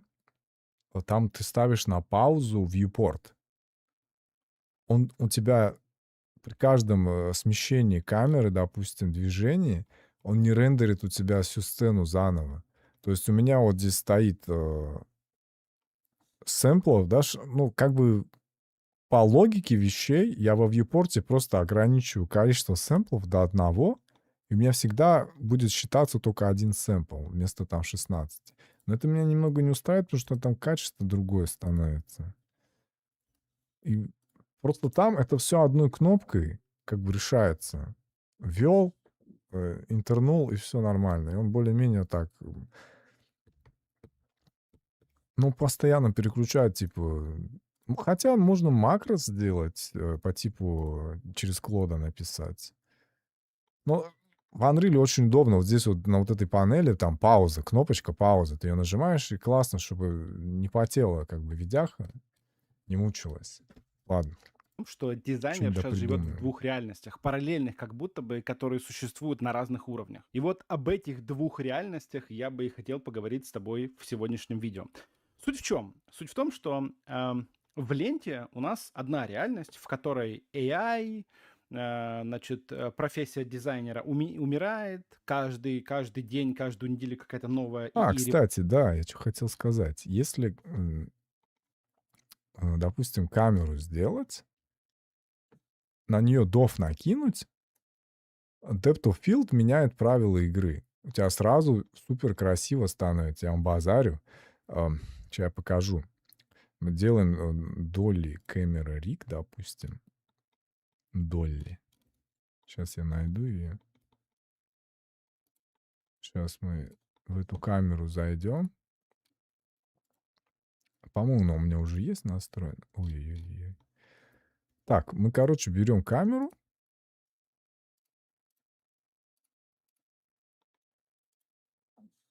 Сейчас. Я захожу в режим Pose Mode. Ща. Да, вот в Pose Mode захожу. Включаю Depth of Field. И совсем все иначе выглядеть начинает. Сейчас. Это вот так. Вот так. Я вот здесь беру эту камеру. И, короче, центробежное это пивот вот так здесь. А эту камеру мы можем вращать. И на нее прикручен у нас Depth of Field, который делает... Кнопка «Сделай красиво» называется. И он как бы такой макросъемку дает, то есть размытие. Надо, наверное, чуть-чуть закастомить. Сейчас.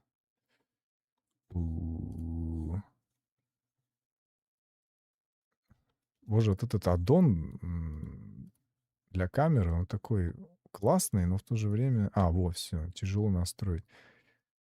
Выкрутим вообще этот focal length до максимума. И, допустим, мне надо здесь кастом сделать кастомную резолюцию, потому что у меня немножко не хватает разрешения. Ой.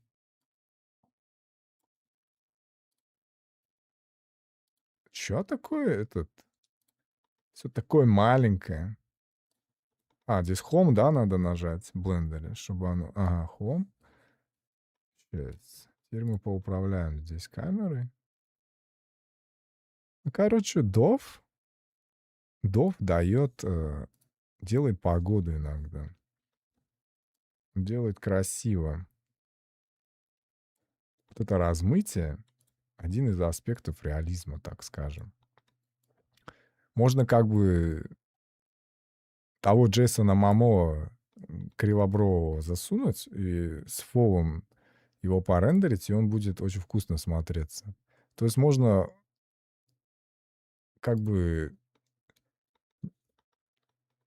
сервировать красиво, подать.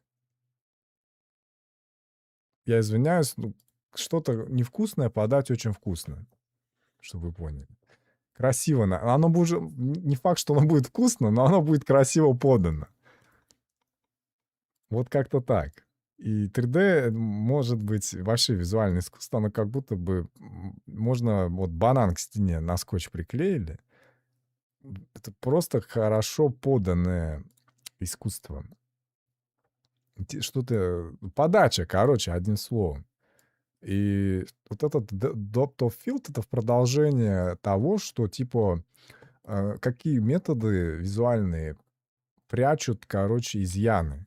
Если в твоей работе есть хрень какая-то, которой ты стесняешься, она палится, или, опять же, глазу отдохнуть дать, да, мы берем просто и мылим. Мы делаем мыло. Кстати, вот у меня здесь фокус. Эта камера, она фокусится у меня. Она фокус. Вот он фокус. Он у меня где находится? На кончике носа? На переносице находится. Все, значит, нормально. Ну, короче, вот эта вот камерка Dolly Rig. Долли. И вот там, в общем, DOF дает интересный этот. Вот если бы я это рендерил в Арнольде условно, я бы умер просто. Я бы скончался ожидая, пока он сделает рендер этого Depth of Field, в мае особенно. Для меня был какой-то непонятный вообще квест. Ну, целое приключение было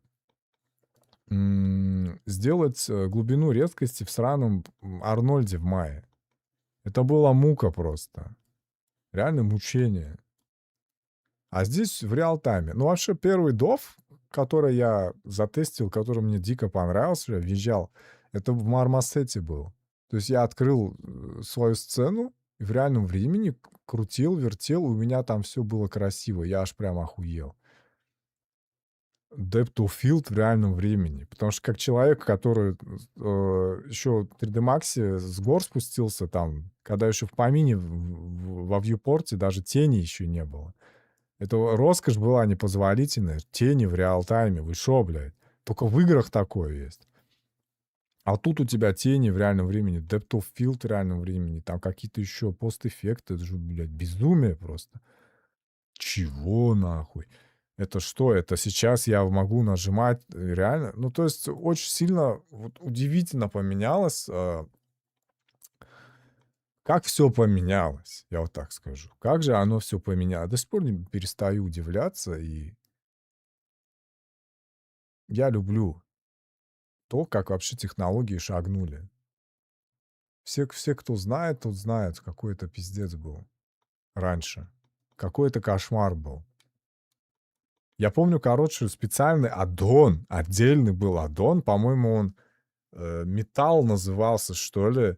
Он делал 3D Max viewport интерактивным. У тебя отражения были во viewport в реальном времени, тени. Но он, короче, полностью viewport, модуль viewport 3D Max заменял на какой-то свой кастомный программный. То есть ты внутри 3D Max открывал отдельно сцену какую-то. Просто у тебя окошко просмотра было. Это как на рендер ты отправляешь, но рендерится в каком-то внешнем модуле, короче, а не внутри самой программы. И вот такая какая-то ебала была. И весело жутко. Но зато, смотри, отражение в реальном времени. Ну, тоже какая-то псевдо-хуйня была, а не отражение. Но это было дико. Это хрен с ним, с этими отражениями. Сам эффект был какой. Вау, типа. Это было очень интересно. Ну, короче, Depth of Field, он дает еще один повод посмотреть на модель без всякой хрени какой-то, замылить ее просто до усрачки и очередной угол получить с работы, которая, возможно, уже глаз устал, замылился. Можно как бы дополнительно красиво сделать, а можно еще, вот как я говорил, метод такой разбить чуть-чуть. Эволюция, какие-то новые невероятные инструменты и все остальное прочее.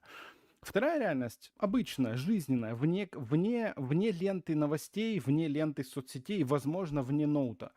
Это та реальность, в которой, получая бриф от заказчика, тебе приходится перечитывать его несколько раз, потому что пункты противоречат друг другу, потому что в брифе или в ТЗ заказчик твой говорит одно, а на самом деле, по-настоящему, он имеет в виду совершенно другое.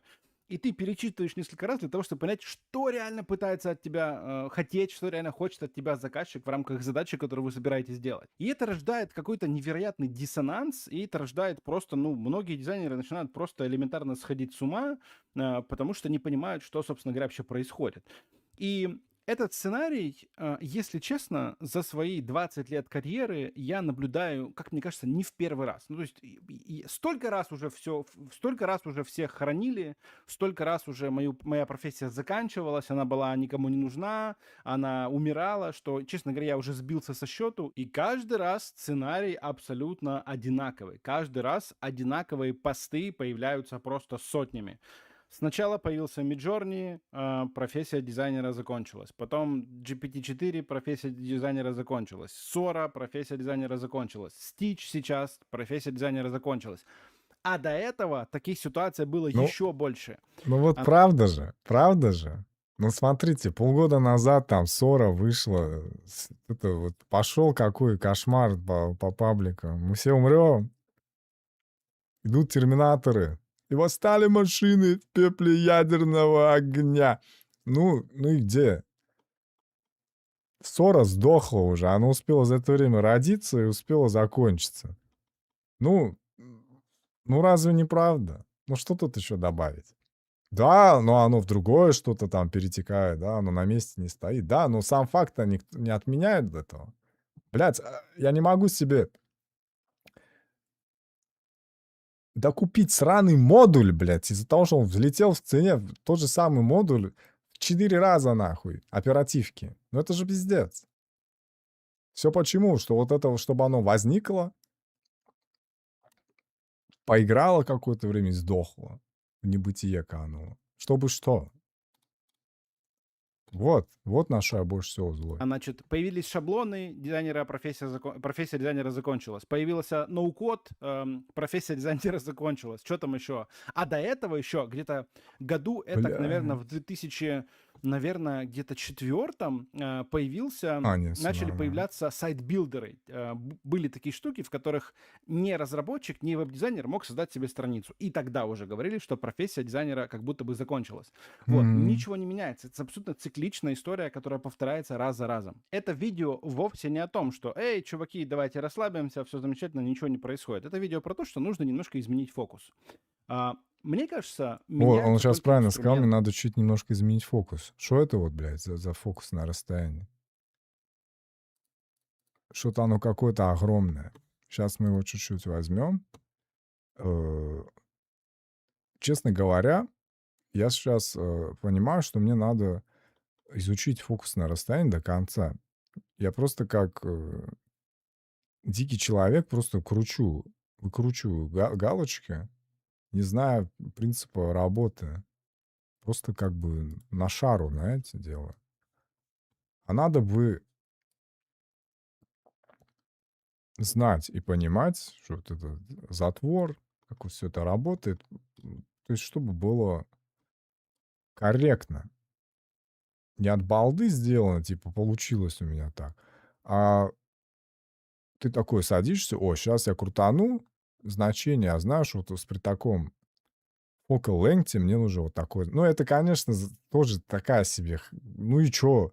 Просто я не понимаю до конца. Я чувствую сейчас пробел, да? Эта комната не заставлена знаниями. Надо заполнить, что ну, хотя бы работаешь с графическими визуальными технологиями, вообще со всеми этим, и не знаешь элементарных вещей. Понимаете? Вот в таком направлении двигаться хочется. Надо знать, надо расшариваться. Но при этом заголовки подобного контента, они бьют в тревогу. Они бьют в нашу боль раз за разом. Почему? Потому что тревога и боль — это клики, это просмотры, это реакции и все остальное прочее.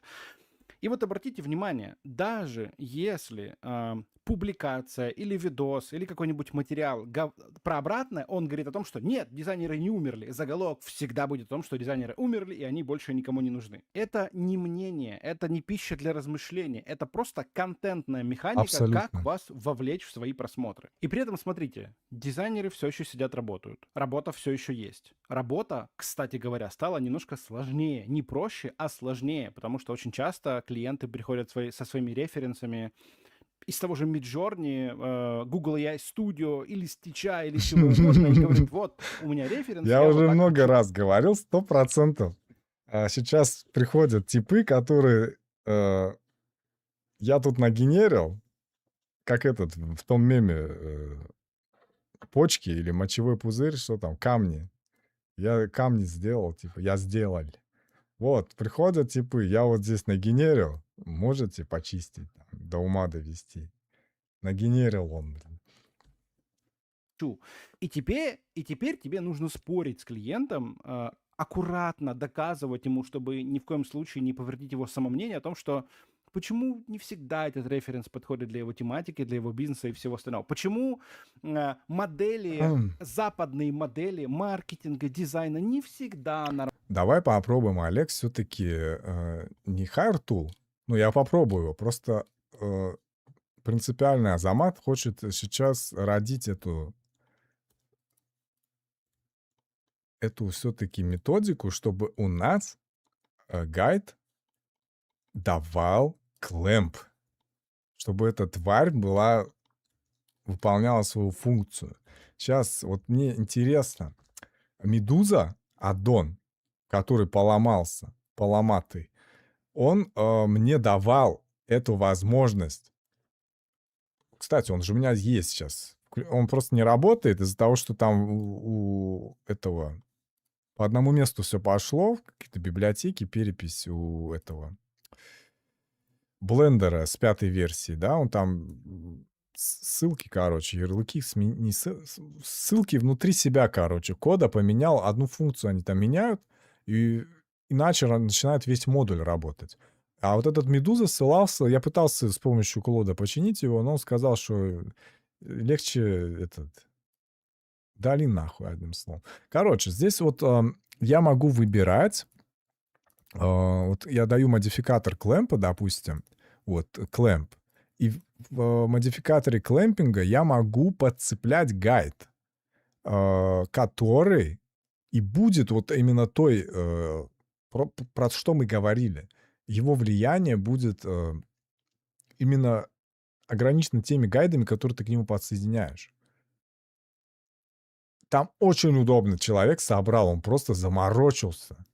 Вообще, это очень... Храни Господь рукастых, головастых людей. Вот почему нужны программисты, а не вайп-кодеры. Потому что программист — это... Вот как они говорят, программисты? Наобезьянил код, по-моему. Какое-то у них есть определение для человека, который пишет код. Писать код одно, код-манки, по-моему, называется. А есть, которые все-таки проектирует программу. То есть программист — это же про алгоритм, это про движение, это про вектор, это про как вообще вся эта вещь сообщается между собой, работает и функционирует. И вот навайп-кодить — это просто заниматься технической хуйней, там, текст, а именно программировать, понимать, что, как, чему работает, взаимосвязи и прочее, вот это вот все на сложном уровне. Пока еще программист, именно вот этим и интеллект нужен, мышление программиста, программирующего, задающего программу, последовательность действий, ДНК, что угодно. И когда люди, вот я восхищаюсь такими людьми, которые понимают, мыслят структурно.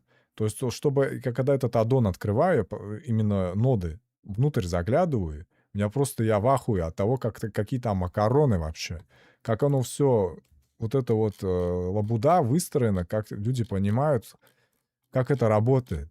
Ну, также кто-то смотрит на меня, господи, как ты делаешь, типа, это ебануться там сложно, наверное. И ты такой, да нет, что, просто берешь кисточку, лепишь. И также говоришь, да нет, просто берешь, соединяешь ноды и все.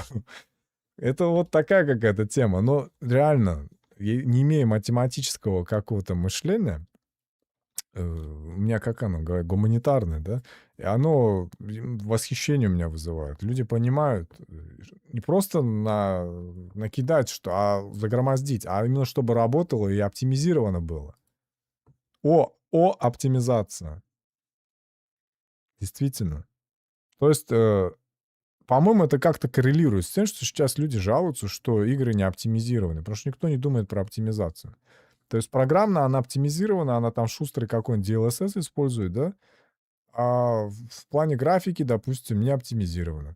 То есть здесь программировать не надо, но здесь совершенно другая стадия оптимизации. Этим они уже, сука, ебланят и не оптимизируют игры. Хотя их можно было бы запускать там чуть ли не на калькуляторе. Видимо, уже экономически нецелесообразно. То есть они больше потеряют, отдавая на 3D-шникам, там, кто делает игру, чтобы они оптимизировали ее до такой степени, чтобы она запускалась на компьютерах старых, но сам совокупный рынок старых компьютеров, тех, кто эту игру будет играть, он не даст той выручки. Зарплаты элементарно больше будут, как сказать, выплачены вот этим 3D-шникам, делающим оптимизацию, чем потенциальная выгода от непосредственно владельцев старых компов, которые запустят эту игру. Может, они так мыслят? У меня ощущение, что это они бы озолотились, сука, если бы ее смогли запустить на, условно, на 750 Ti какой-нибудь.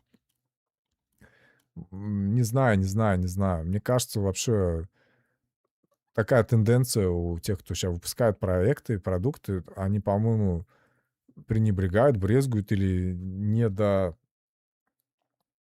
недоисследуют в этом плане рынок, что ли. Ну, там же реально золотая жила. Вот инди-игры, почему они такие, блядь? Потому что они на тесте от беременности даже можно запустить. Так что вот, классно написанный и классно оптимизированный, это богом в лоб поцелованный. Вот серьезно. И этот аддон, он просто человеком для людей сделан. Я восхищаюсь. Жалко, что он уже не поддерживается, но он такой классный. Я его раздербанил, из него модули кое-какие повыковыривал, потому что они в видео геонот вот этих прикручены здесь. Я могу вот вызвать список. Они вот тут Medusa Notes, там рандомайзер, всякие интересности, которые он вручную там прописал, собрал, они вынесены, их можно использовать. Но сама концепция аддона сломалась, к сожалению. Но он такой классный, сука. На Ане Дармос у меня там и ресницы, и брови им сделаны. Я просто души в нем не чаю, как там все удобно. Я такой ебалой не занимался. Обидно. Обидно. Нормально подходят и нормально Ладно, ложатся сейчас на попробуем реалии сделать. нашего рынка.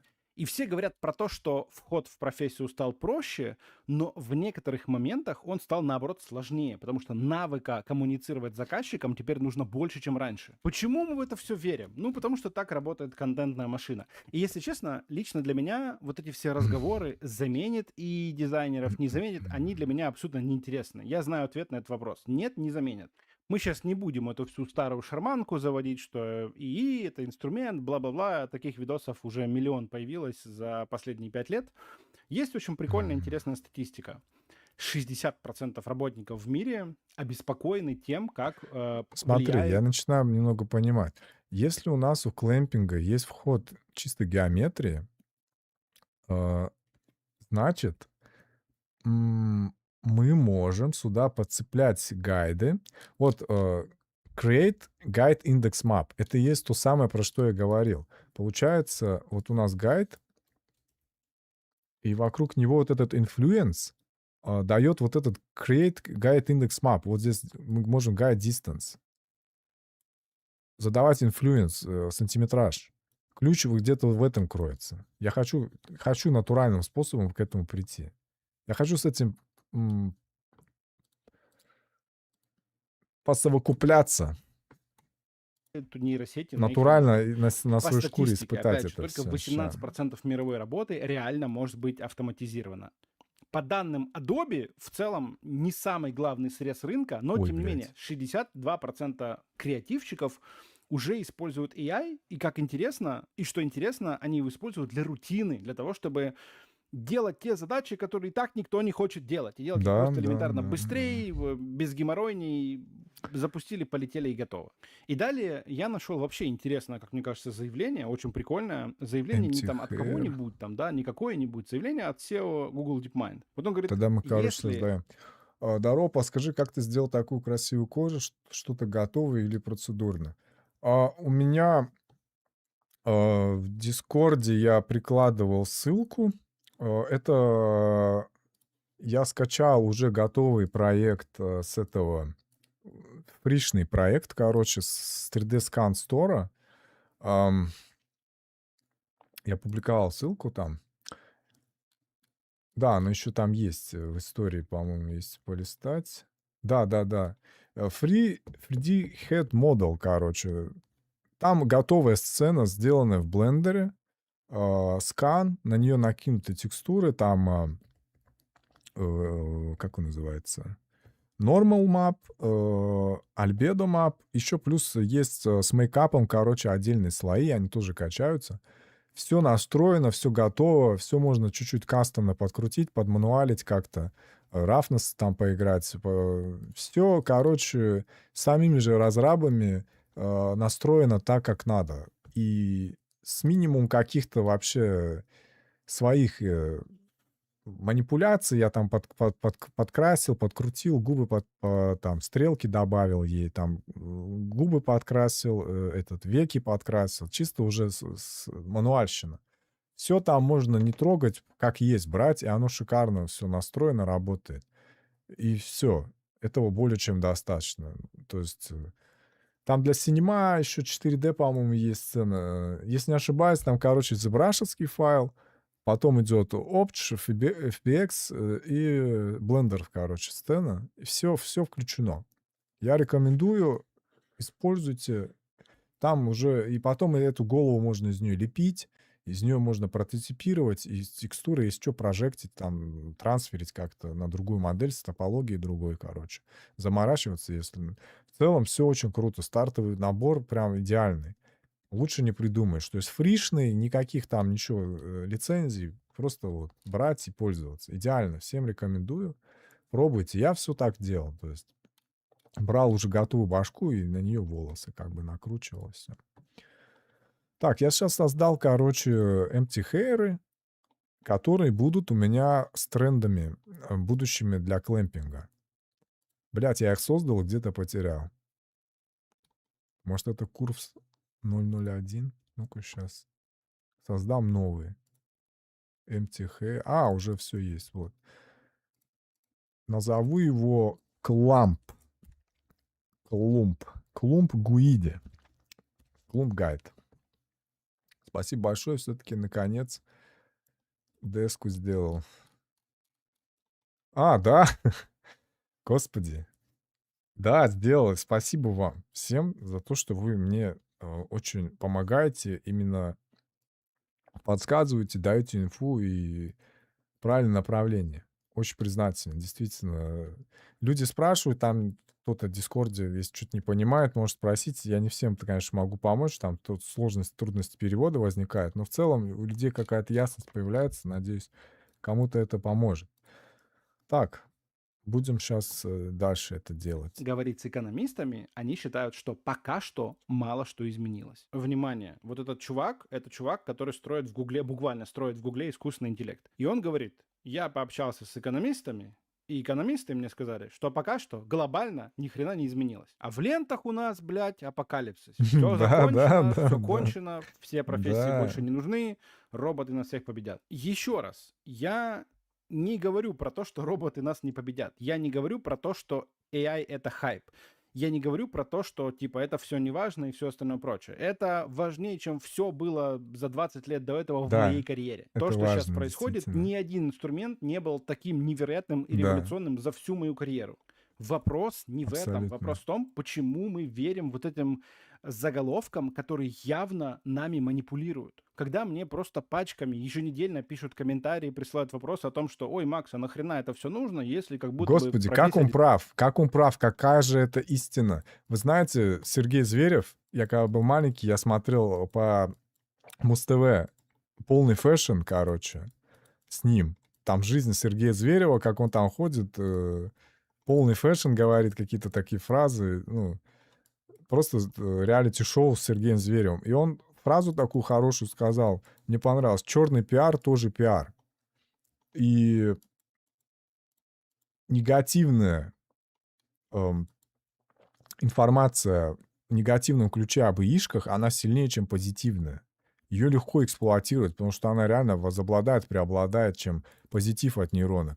Нам тоже пытаются же говорить, что это всего лишь инструмент, это полезная фича, но поверьте, да, когда только вот полгода назад, год назад что-то стало появляться такое, нейрогенерация же мощная, да, ты никого бы не задобрил фразой «Не-не-не, это просто инструмент, чувак, успокойся, расслабься». Да иди ты нахуй со своим... Что ты меня успокаиваешь? Что, не видишь? Посмотри, оно там Майкла Джексона с одного запроса генерирует. Но потом, когда полгода проходит, и ты понимаешь, какого Майкла Джексона оно генерирует, ты видишь, что это полное говно. Ну, ради задачи оно действительно стало сильным, там, безусловно, но оно не вытолкнуло с собой как-то людей, они, наоборот, ее используют. Он правильно говорит.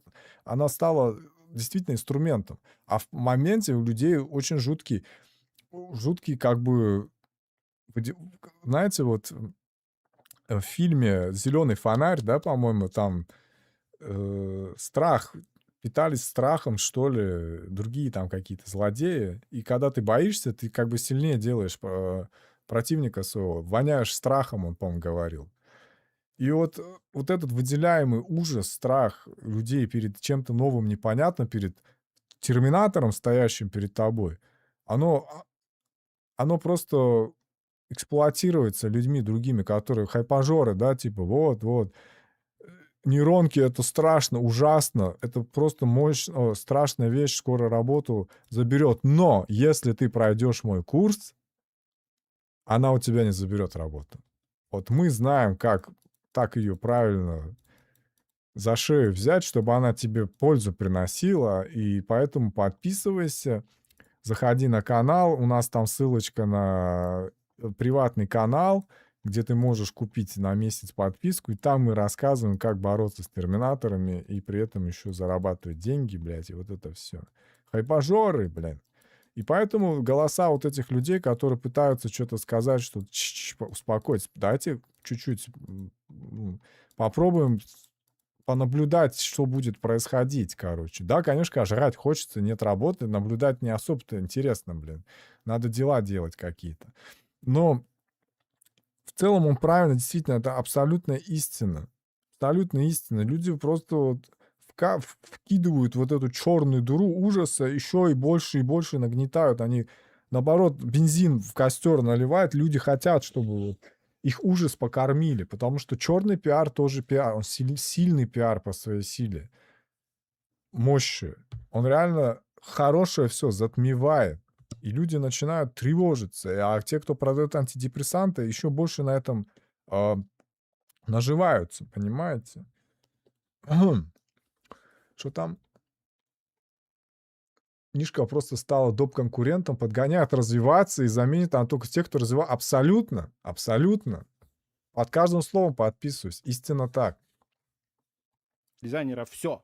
Когда-нибудь там знакомые какие-то маркетологи расскажут: ой, смотри, мы заменили дизайн-отдел, смотри, какую херню мы теперь делаем с AI. Ну, это все, конечно, прикольно, но нужно понимать, что лента новостей, соцсети и вот эти все сообщения — это еще не реальность. Это еще не то, что происходит на самом деле, не то, что действительно есть на рынке. Это невероятно болезненно. При этом это невероятно депрессивно, при этом это абсолютно раздавливает тебя и каждый день заставляет думать о плохом. Я вот заметил, что как будто бы у всех этих публикаций, у всех этих материалов, у них есть совершенно какая-то одинаковая, четкая и понятная структура. Значит, выходит новый сервис, миллионы людей пишут очень громкие посты. Чаще всего эти посты пишут не дизайнеры. Авторам таких публикаций не нужно в чем-то очень глубоко разбираться, не нужно там с чем-то очень сильно экспериментировать. Им достаточно... My work is easy because I use it. Шаляп! Here's Я how I keep track of all my испугался. tasks. I start by brain dumping everything I need to get done in a Вот. Блять. Я всегда буду материться на узбекском. громкого заголовка, в которой дизайнеры умерли, смерть То профессии есть и все я могу говорить на нескольких языках, но матерюсь я на узбекском. Хотя я не узбек, и узбекский не особо знаю, но я родился, вырос в Узбекистане. Именно мат у меня узбекский. всех заменят. И там каких-нибудь пару Фу, красивых блядь, примеров, пиздец, какой-нибудь я классный испугался. скриншот или классный видос, все сработало. Ты на это, естественно, триггеришься. Ты начинаешь спорить, возмущаться, раздражаться, неважно. Любая реакция, какая бы она ни была, на любой пост, на любой видос, это штука, которая кормит алгоритм. Алгоритм поднимает эти публикации выше, все это бурлит, чвакает, развивается, алгоритм еще больше поднимает публикацию, автор публикации получает охваты, все хорошо, все клево, все работает. Через неделю тишина, об этом все забыли, ничего дальше не происходит. И вот это все очень активно повторяется где-то с начала развития нейросетей, там, с начала 23 года, с конца 22-го, и все это абсолютно одинаково. Слово в слово. Вспомни, о чем говорили там 2 года назад, или найди какие-то публикации про нейросети, про AI. Вот сейчас посмотри новые свежие публикации слово в слово, один в один. И вот знаешь, я сам делаю контент, и я понимаю, как этот контент работает. Ставлю свои 5 копеек, тоже вот на Reddit смеются. Хотя Reddit тоже вот как истину первой инстанции вообще воспринимать не стоит. Да никого нельзя. Ну, то есть свою точку зрения надо синтезировать на основе всей информации. То есть кто владеет информацией, владеет миром. Опять же, почему Reddit? Reddit — это такая эхо-комната. Хороший есть термин для этого, когда люди находят себе темы, сабы, где им говорят то, что они хотят услышать. И люди кормятся вот этим успокаивающим лидокаином информационным, где все придерживаются одной точки зрения, и все какая-то субкультура, где все одно и то же думают. Ну, как бы, как и любая субкультура. Просто именно там говорилось любопытно, что 6 месяцев назад там SEO Антропика, вот это Клода, говорил, что через 6 месяцев там, я уже, по-моему, повторяюсь по сотому кругу, но типа через 6 месяцев не нужны будут ни бухгалтеры, ни экономисты, никто нахуй не нужен будет. И каждые 6 месяцев они вот это вот говорят. Типа, зачем вам там бухгалтером идти работать, зачем это? Типа, у вас через 3 месяца уже вот скоро вас не будет. Снова проходит 3 месяца, и что-то как-то вот Валентина Петровна как работала бухгалтером, так и работает, короче. С девочками в обед ходит там, смеется о том, что, блядь, вот так вот. Посчитали там, вышло столько-то в месяц. Понимаете? Ну, конечно, видимо, что-то изменится, сдвиг произойдет, он явно будет, но он будет, наверное, настолько размазан по времени, так растянут, что мы просто даже этого не заметим. Мы же плавно к тому времени, либо, не знаю, в утиль выйдем уже, состаримся на пенсию. Ну, я не знаю, что. Я просто тех темпов, которые нам обещали, что через, ну, там, в 27 году уже искусственный интеллект будет на уровне, там, какого-то, блядь, я не знаю. Ну, каким его видели, там, все 100 лет предыдущих, типа, любой вопрос задаешь, он отвечает. А сейчас до сих пор, посмотрите, языковые модели, им говорят там, сколько букв R в слове strawberry, да, клубника, он там не может посчитать. Какая-то хуйня. То есть это совсем не то, что каким его пытаются нам выставить, подать, продать. То есть у страха глаза велики, да, то есть еще чуть-чуть, и всем пиздец. А выходит, сейчас еще, подождите, еще 6 месяцев, пожалуйста. Вот вам точно пиздец через 6 месяцев. Потом, слушай, что уже 6 месяцев прошло? Что я еще живой, блядь? Почему я там с автоматом не бегаю, терминаторов уничтожаю? Ну, еще, пожалуйста, еще 3 месяца. Вот мы сейчас там 5.6 выпустим версию, и тогда он точно вас уничтожит. Как-то вот так происходит, я не знаю. Сама концепция быстрее людей заменить роботами вообще противоречит самой экономической модели. Что вы будете с ними со всеми делать, с этими массово высвободившимися рабочей силой? Что вы их посадите на этот какое-то пособие, что ли? Я не понимаю. Они же просто лопатой в руки возьмут и пойдут крушить все. Как-то вот, знаете, идея, конечно, классная. Мы вот скоро все вот сейчас поставим на рельсы и все будут музыку писать, стихи писать и не работать. Не будут, блядь, потому что оно так не работает. Поэтому все это попахивает немножечко другой субстанцией. Поэтому пока делаем, пока делается, да, все. Работа есть, блядь, как ни крути. Ее еще делать надо. Типа, грех жаловаться, блядь. Так что, ну, продолжается наблюдение, как в том меме. Я понимаю, что провокация, контроверсийная мысль какая-то, что-то подобное, это работает гораздо лучше, потому что собирает больше реакций, и, короче говоря, ты активнее, быстрее и лучше растешь на таком контенте, как автор контента. Но я очень часто думаю про людей, которых это очень сильно задевает, и которым это очень сильно болезненно, потому что это глубоко бьет в их идентичность. Задевают не сами вот эти вот посты, задевает не сам хайп, задевает то, как это ложится на людей, которые вот, например, ну, типа, либо входят в профессию, либо в ней не очень давно. Прикинь, там, тебе 22 года, ты там год или полтора учился дизайну, сделал несколько проектов, наконец-то что-то понимать начал, наконец-то у тебя что-то хоть маломальски получаться начало, там какие-то первые клиенты, первые проекты начали появляться. Да в конце концов, ты чем-то гордиться начал, да, вот ты что-то делаешь, и тебе это нравится. И тут ты открываешь ленту, и там говорят, что все, твоя профессия нахер больше не нужна, тебя заменят нейросети. Через год тебя не будет. Конечно, это бьет, конечно, это демотивирует, конечно, это расстраивает, конечно, это вызывает тревожность, это вызывает депрессии, выгорание и все остальное. И это даже не всегда правда, но это всегда попадает в самое уязвимое место, в идентичность. Ты же не просто в фигме макеты собираешь, ты годами вкус свой развивался, насмотрен. Короче, вот здесь я смотрю сейчас, а что я сделал. Вот у нас вот эти гайды, да, получились. Я их расставил, что это типа у меня клэмп гайды, да? Я их подцепил, короче, в Geometry Nodes и добавил в Create Guide Index Map. Хотя у меня здесь еще есть Create Guide Index Map версии 3. Надо его попробовать. Вот это офнем. Так. Сюда мы гайды подключаем.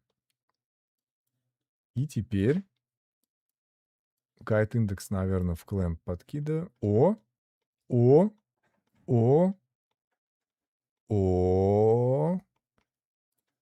Вот она. Вот она. Так оно и есть. Оно работает. Оно получилось. Ну-ка, сейчас.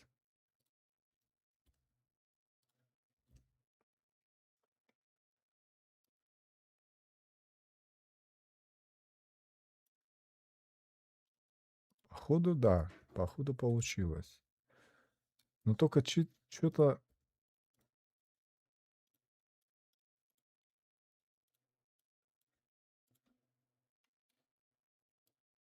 Это у меня не работает. Preserve length. Ну-ка. Ну, короче, да, действительно, так оно... Логика сработала. Клэмпинг, вот этот гайды, короче, они получились. То есть Blender смог. Еще, если я не ошибаюсь, если я буду их крутить, они будут управлять. Да. Он наследует shape, короче. Получается, что... Мгм. Если еще фактор снизить... Да, короче, ближайшие гайды будут мержиться с друг другом, да. То есть distance follow тут, по-моему, еще есть. Я могу управлять вот этим influence, короче, здесь свой есть. Distance, вот distance threshold здесь есть, короче, и distance затухания, короче, на расстоянии. Да, во. Если еще сверху добавить еще один клэмпинг, после уже, короче, свой какой-нибудь рандомный, он будет поверх этого состряпанного клэмпинга будет, короче, клэмпить волосы. 0,5. Ну-ка. Да, все работает. Вот еще только guide mask только разобраться как. Подождите. Mask for which curves are eligible to be selected as guides. То есть мы можем маскировать гайды, которые будут использоваться как клэмпинг. То есть еще одна зацепка здесь через guide индекс. Guide индекс — это сколько гайдов будут участвовать в клэмпинге. То есть, какие из них я могу... Каким образом я могу в кривые записывать информацию о выделенных гайдах и невыделенных гайдах? Это либо через... Вот в геометрии это vertex группы, короче, да? Несут в себе информацию, какие полигоны будут единичка, какие выделенные, какие не выделенные будут нулями. И также с курвами, короче. Должен быть какой-то параметр, который сторит в курвы значение, что вот этот кривая, этот гайд, он будет единичка, а тут будет 0. То есть по гайдам я не знаю, где инфа у них сторится там. По-моему, вот в атрибутах, короче. Curve type, surface, radius, color.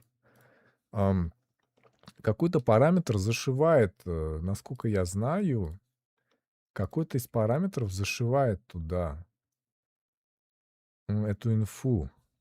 Ну-ка, У нас в сейчас. конце концов ты ошибался, переделывал, спорил, у тебя получалось, не получалось. А потом какой-то дебил в одном абзаце из-за обновления там Google Stitch или чего-то подобного просто берет это все и обнуляет. И видишь, в чем главная проблема? Тебе кажется, что это реальная мысль про рынок, про срез и про профессию. А на самом деле в Чего?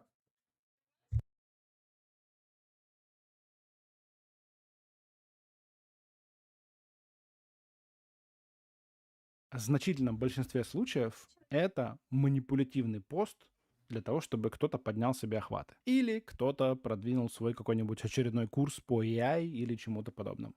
Не мне тебе рассказывать, ты же сам знаешь, как выглядит работа дизайнера на самом деле. Это не то, что мы видим в рилсах, это не то, что попадает в какие-то там вирусный контент. Это то, что это вот эта вот рутина, которая происходит каждый Подожди день. Ты сейчас. утром брифы читаешь, с клиентами созваниваешься, пытаешься понять, что у них там вообще в голове происходит, пытаешься из кучи хаоса их бизнеса хоть какую-то структуру, хоть какую-то логику построить. Или наоборот, смотришь на логику, которая вся уже выстроена, и пытаешься в этой логике разобраться, втиснуть туда себя, втиснуть туда свой дизайн, зачем ты там нужен, в чем твоя роль и так далее. Плюс заказчики всегда говорят загадками, они всегда говорят одно, а думают другое. Всегда дают тебе одни задачи, хотя задачи на самом деле совершенно другие и у них, и у их бизнеса. Наша задача вот в этом, между всего этого лавировать, все это выяснять и превращать в визуальный какой-то формат, превращать в картинку, в дизайн. Сейчас очень сильно вирусится история, при которой взяли книжку Алекса Хармози, и, значит, по этой книжке строят лендинги для всяких там типа нишевых продуктов, и лендинги все эти строят там в Клод-коде и во всем остальном. Ну, просто, во-первых, эти лендинги все абсолютно одинаковые, и они абсолютно не работают на тот рынок, на который должны работать. Во-вторых, все эти формулы, они палятся просто на втором сайте, они все идентичны, сайты все стали абсолютно одинаковые. Ну, меняется просто тематика. Все слова одинаковые, все формулировки одинаковые. Ну, типа, те, кто сейчас так делают, они и раньше не были твоими клиентами. Они и раньше у тебя ничего бы не заказали, они бы это делали там каким-то другим способом, более примитивным, но без денег все равно. А Как нам он приходится хорошо говорит. думать, взвешивать все, о чем нам сказал заказчик. Долго думать, ничего не рисовать, ничего не генерировать, а просто думать. Пытаться понять задачу, пытаться понять, что главное, что второстепенное, какая логика за продуктом, какая идея у самого заказчика, что вообще заказчик пытается построить в конечном итоге. И потом мы все это делаем, переделываем, делаем снова переделываем, вносим миллиарды правок, миллиарды корректировок, снова переделываем. И вот очень часто в этом медленном, не всегда линейном, не всегда логичном процессе очень мало того, что можно сгенерировать по-настоящему качественно одним промптом. Потому что знаешь, в чем важный очень момент? Чтобы все хорошо сработало в нейросетях и все получилось, в промпте нужно знать, что ты хочешь получить. Промпт должен детально описывать результат того, что нейросеть сделает. А очень часто ценность дизайнера заключается в том, что он пытается сам понять и придумать, выяснить у клиента, что должно получиться и что он хочет получить, когда даже сам клиент этого не Когда понимает. даже сам клиент Нейросетям не с такими штуками понимает, пока да. что работать сложно. Я бы это сформулировал таким образом, что AI — это ответ, а дизайнер — это, собственно говоря, вопрос. Есть очень много всяких прикольных аналогий и Да, параллелей. да. Например, вот Как же он базарит. фотография, да, когда камеры стали цифровыми, когда они появились в телефоне, фотография не исчезла, она стала, наоборот, ценнее, потому что стало гораздо более цениться творческое начало какое-то, я не знаю, творческая идея и все остальное прочее. Canva та же самая. Ну, сколько раз говорили про то, что Canva убьет дизайнеров, и все, дизайнеры теперь не нужны. Не убила дизайн, она убила хреновый дизайн, плохой дизайн, его стало гораздо О, меньше. как он сказал, она не убила дизайн, она убила хреновый дизайн. Как это очень в корень сказано. Или вот недавно видос один смотрел, значит, там чувак, который занимается 3D-печатью, восторгался тем, что ему больше не нужны 3D-моделеры, он теперь может модели делать прямо в нейросетях, и, боже, какой-то кайф, и он там делал какие-то, ну, какую-то композицию новогоднюю, там, сани, олени какие-то и все остальное прочее, вот, и когда все это напечатал, олени, рога просто отвалились, потому что, ну, вот, нейросеть не подумала над тем, как эти олени будут прикреплены в реальной физической жизни. Вот и получается, что сгенерировать все, что угодно, может кто угодно, но подумать над тем, Да. как правильно поставить Боже, как же задачу он и что базарит. конкретно мы хотим получить, Да. это не самая легкая, не самая простая Как задача. же он Чем хорошо больше говорит. сгенерированного контента вокруг, тем больше ценится настоящее. Мне Да, очень нравится этот да. парадокс. Слышали про обновление алгоритмов Инстаграма очередное? Значит, очень прикольное обновление. Короче, я столкнулся с еще одной проблемой. У меня клемпятся штучки между собой. Как их поартитить, то есть разнести по группам, чтобы они между собой там клемпились, я не знаю. Честно говоря, это давнишняя проблема вообще. Даже в Xgen я так мучился, но там тоже партинг есть. Но тут для клемпинга партинг сделать это такое унынаме, что просто капец. Надо думать. Короче, делить гайд-индексы, делить голову на гайды, короче. Или инфлюенс просто давать. 2 клэмпинга с разным инфлюенсом, короче. Ну, тоже партить бошку, все, я понял. Приоритет отдается рилсам с говорящей головой. Приоритет отдается сырому контенту, который снят просто на телефон, там особо никак не обработан, без спецэффектов, порезки и всего остального. Вот это теперь хочет Инстаграм, чтобы мы ему давали. Инстаграм хочет больше сырой, необработанной жизни. Почему? Потому что AI-слоп многим надоел. Я хочу обратить ваше... Короче, нужно, наверное, будет спросить у вашего Клода, как это работает хрень.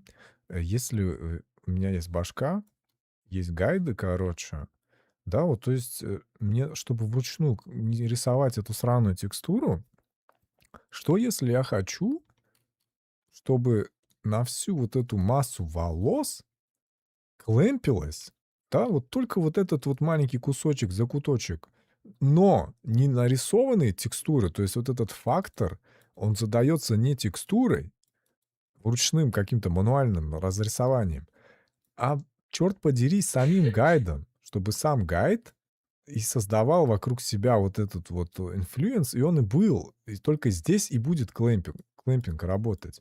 Ни- Никакой текстуры, никакой. То есть чисто механическая, геонудовская обсчет вот этой вот радиуса инфлюенса, чтобы он сам вокруг себя определял, создавал эту текстуру как бы процедурно, короче. Чтобы, ну, не надо вот этой кастомной рисованием этих белые черная текстуры.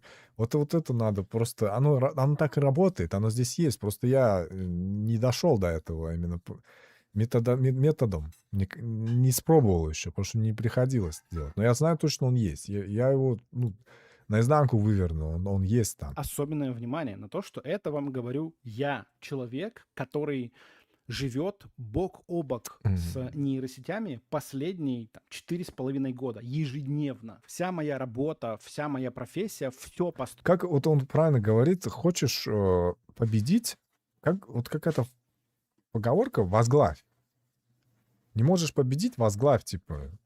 И это вот, я еще полгода назад говорил, надо эту алгоритм или что там на цепь посадить, как собаку, чтобы она у тебя кусала всех, а не тебя, короче. Приручи. Построена вокруг нейросетей, вокруг картинок, вокруг генерации контента, вокруг графики и много-много-много всего другого. Эта тенденция очень явно и очень хорошо заметна. Чем доступнее сейчас создание красивых картинок, тем дороже тот, кто знает, нахрена эта картинка нужна и какую цепочку запускает эта картинка. Чем быстрее работают инструменты, тем важнее люди, которые могут замедлиться и сначала долго подумать, а потом быстро сделать. Есть прикольная фраза, мне она очень нравится. Шум усиливает ценность тишини. Так, твій моушен може виглядати ось Шум так. На початку. усиливает ценность тишины. В который раз повторяю, я не говорю, что все охрененно, никакой проблемы нет, чуваки, работайте как раньше, делайте все как делали раньше. Абсолютно нет. Входить в профессию гораздо сложнее. Джуновские задачи автоматизируются, не нужны Да. больше джуны. Порог входа Да. в профессию увеличивается. Нужно больше знать всего на старт Да. для того, чтобы быть реально полезным. Для того, чтобы тебя не заменили нейросетью. Но это не смерть профессии, это трансформация входа в нее, например. Это разные вещи. Когда Да, кто-то да. из авторов вот этих вот постов про то, что дизайнеры больше не нужны, рассказывают про какой-то кейс, где, например, он генерирует обложки для Ютуба или он генерирует какие-нибудь там карусели для Инстаграма и говорит, вот, смотрите, как классно я сделал, дизайнеры больше не нужны. Да, действительно, такие дизайнеры, вероятно, больше нахрен не нужны. Это что за профессия? Дизайнер креативов вообще, дизайнер рекламных баннеров, дизайнер обложек для Ютуба, дизайнер карусели для Инстаграма. Что это за дизайнерская профессия? Это херня какая-то. Ну, то есть это какие-то щепотки от щепоток, понимаешь? Конечно, это все автоматизируется, конечно, в этом становится очень мало необходимости. Это никогда и не было дизайном, это всегда была функция, это всегда было операцией. Да. И сейчас эту Да. операцию автоматизировали. Дизайн — это когда ты сидишь Боже, как напротив хорошо он клиента, говорит. вы с Как ним мне разбираетесь, нравится. почему его бизнес не работает так, как он хочет, чтобы он работал, в визуальном плане, в плане привлечения внимания, в плане коммуникации. и потом ты ищешь форму, как заставить эту коммуникацию работать на своего клиента. Это сложно автоматизировать. Не говорю невозможно, но очень сложно. Потому что каждый раз это все с нуля. Каждый раз задача разная. Каждый раз разный контекст. Я много раз говорил, у меня опыт 1000 проектов. Реально, без шуток, за свои 20 с чем-то лет карьеры я сделал больше 1000 дизайнерских проектов.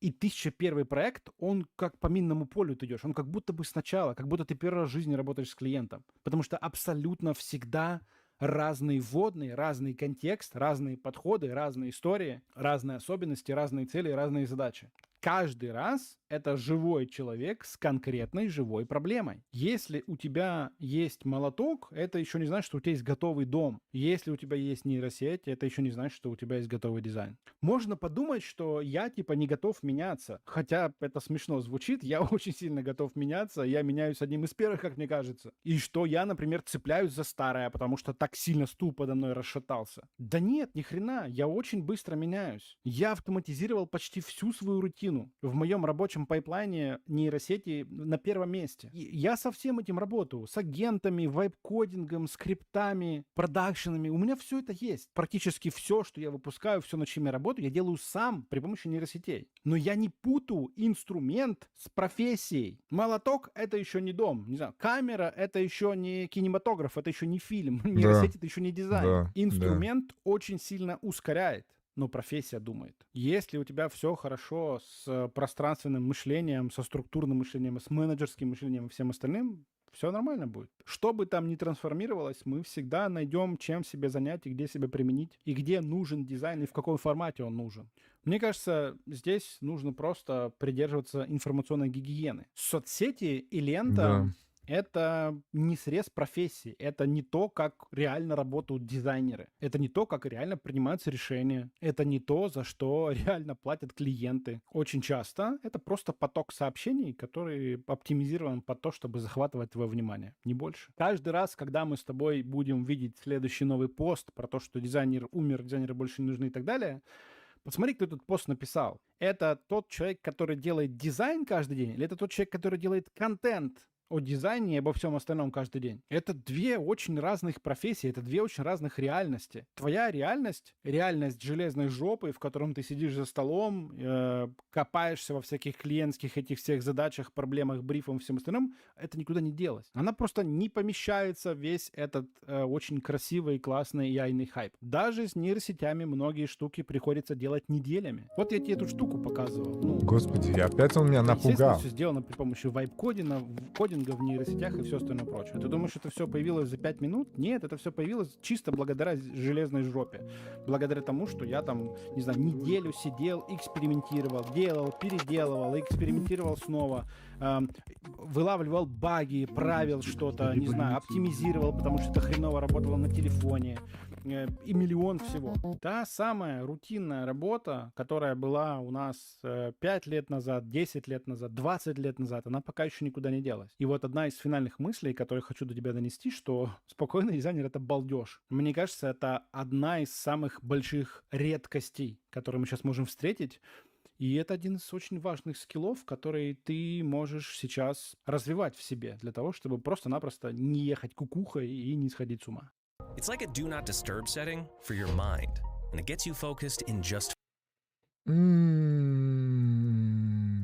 Чистое вообще наслаждение. Вот это вот просто, ну, я не знаю. Не отнять, не прибавить. Просто как хорошо сказано. Черт подери. Какая суть. Просто я не знаю, ну, блин. Просто браво. Вот побольше таких вообще несущих просто свет, я бы так сказал. Чувак на своем месте делает. Да, конечно, те, кто только-только вот пришел, им это все видеть очень неприятно и больно, и страшно. А те, у кого навык прям заряженный, ему это по похую совсем. Как бы тревожно, да, но... В общем, глэмпинг мне понятен. Я понял, что мне нужно делать. И клэмпинг подчиняется, короче, вот этой гайдовой структуре, то есть отдельным гайдом каким-то прикрученным. Ам, То есть одной гайдовой композиции задаются крупные какие-то гайды. Сейчас. Гайдс. 0, наверное, надо ставить. Получается, вот этими гайдами задается общий какой-то гайдовый, клэмпинговый как бы флоу, куда что пойдет. Можно чуть инфлюенс сбросить, чтобы оно разрежено было. Основа там завернутые какие-то за уши темы. Потом еще можно клэмпинга делать, короче. К нему уже дополнительно прикручивать клэмп. К тому клэмпу еще клэмп. И, короче, вот так вот скульптить саму структуру. Слоеный пирожок, короче, получается такой. И жрет оно не особо-то и много, на самом деле. 1,5. Сейчас. Ну, короче, логика абсолютно понятна всей этой хрени. Как оно должно быть. Оно работает, как я и ожидал. Вуаля, короче, получилось. Еще можно фриз, наверное, врубить. Ну, ты как бы тоже скульптишь, получается. Занимаешься всем тем же, блин, скульптингом, только волосы скульптишь. Так, что я хочу сказать. Это потрясающий вообще флоу от чувака был. Просто супер круто он сказал. Я не знаю, что еще можно сказать. Он просто восхитительно сказал. Подытожил всю эту тему. На этом можно интернет закрывать. Можно закрывать все эти спичи, СПИ, короче. Очень классно. Так емко. Просто я не знаю. Очень крутой. Мне нравится. Кто-то должен говорить вот эту всю тему. Он справился прям изумительно. На 5 с плюсом. То, что хочется слушать. Так, я, короче, офаюсь. Завтра я продолжу. Я приду за ресницами. Ну, завтра точно надо сделать ресницы. Сейчас будет другой стример стримить. Так что пост принял, пост дал. Ладно, я что хочу сказать. Работай, анализируй, работай. Спасибо за информацию, спасибо за время, что со мной побыли. Блин, 3 часа. Как рукой вообще сняло. Нету 3 часов. Сел, уже и нету. Всем спасибо. Заходите еще, подписывайтесь там, кто смотрит. Всем признателен за комментарии, за отзывы, рад быть кому-то полезен. Новый день, новый результат. Больше этого прогресса будем демонстрировать. Приходите, заходите, будьте здоровы, пейте жидкости побольше, занимайтесь физоактивностью, и все будет хорошо. Берегите себя.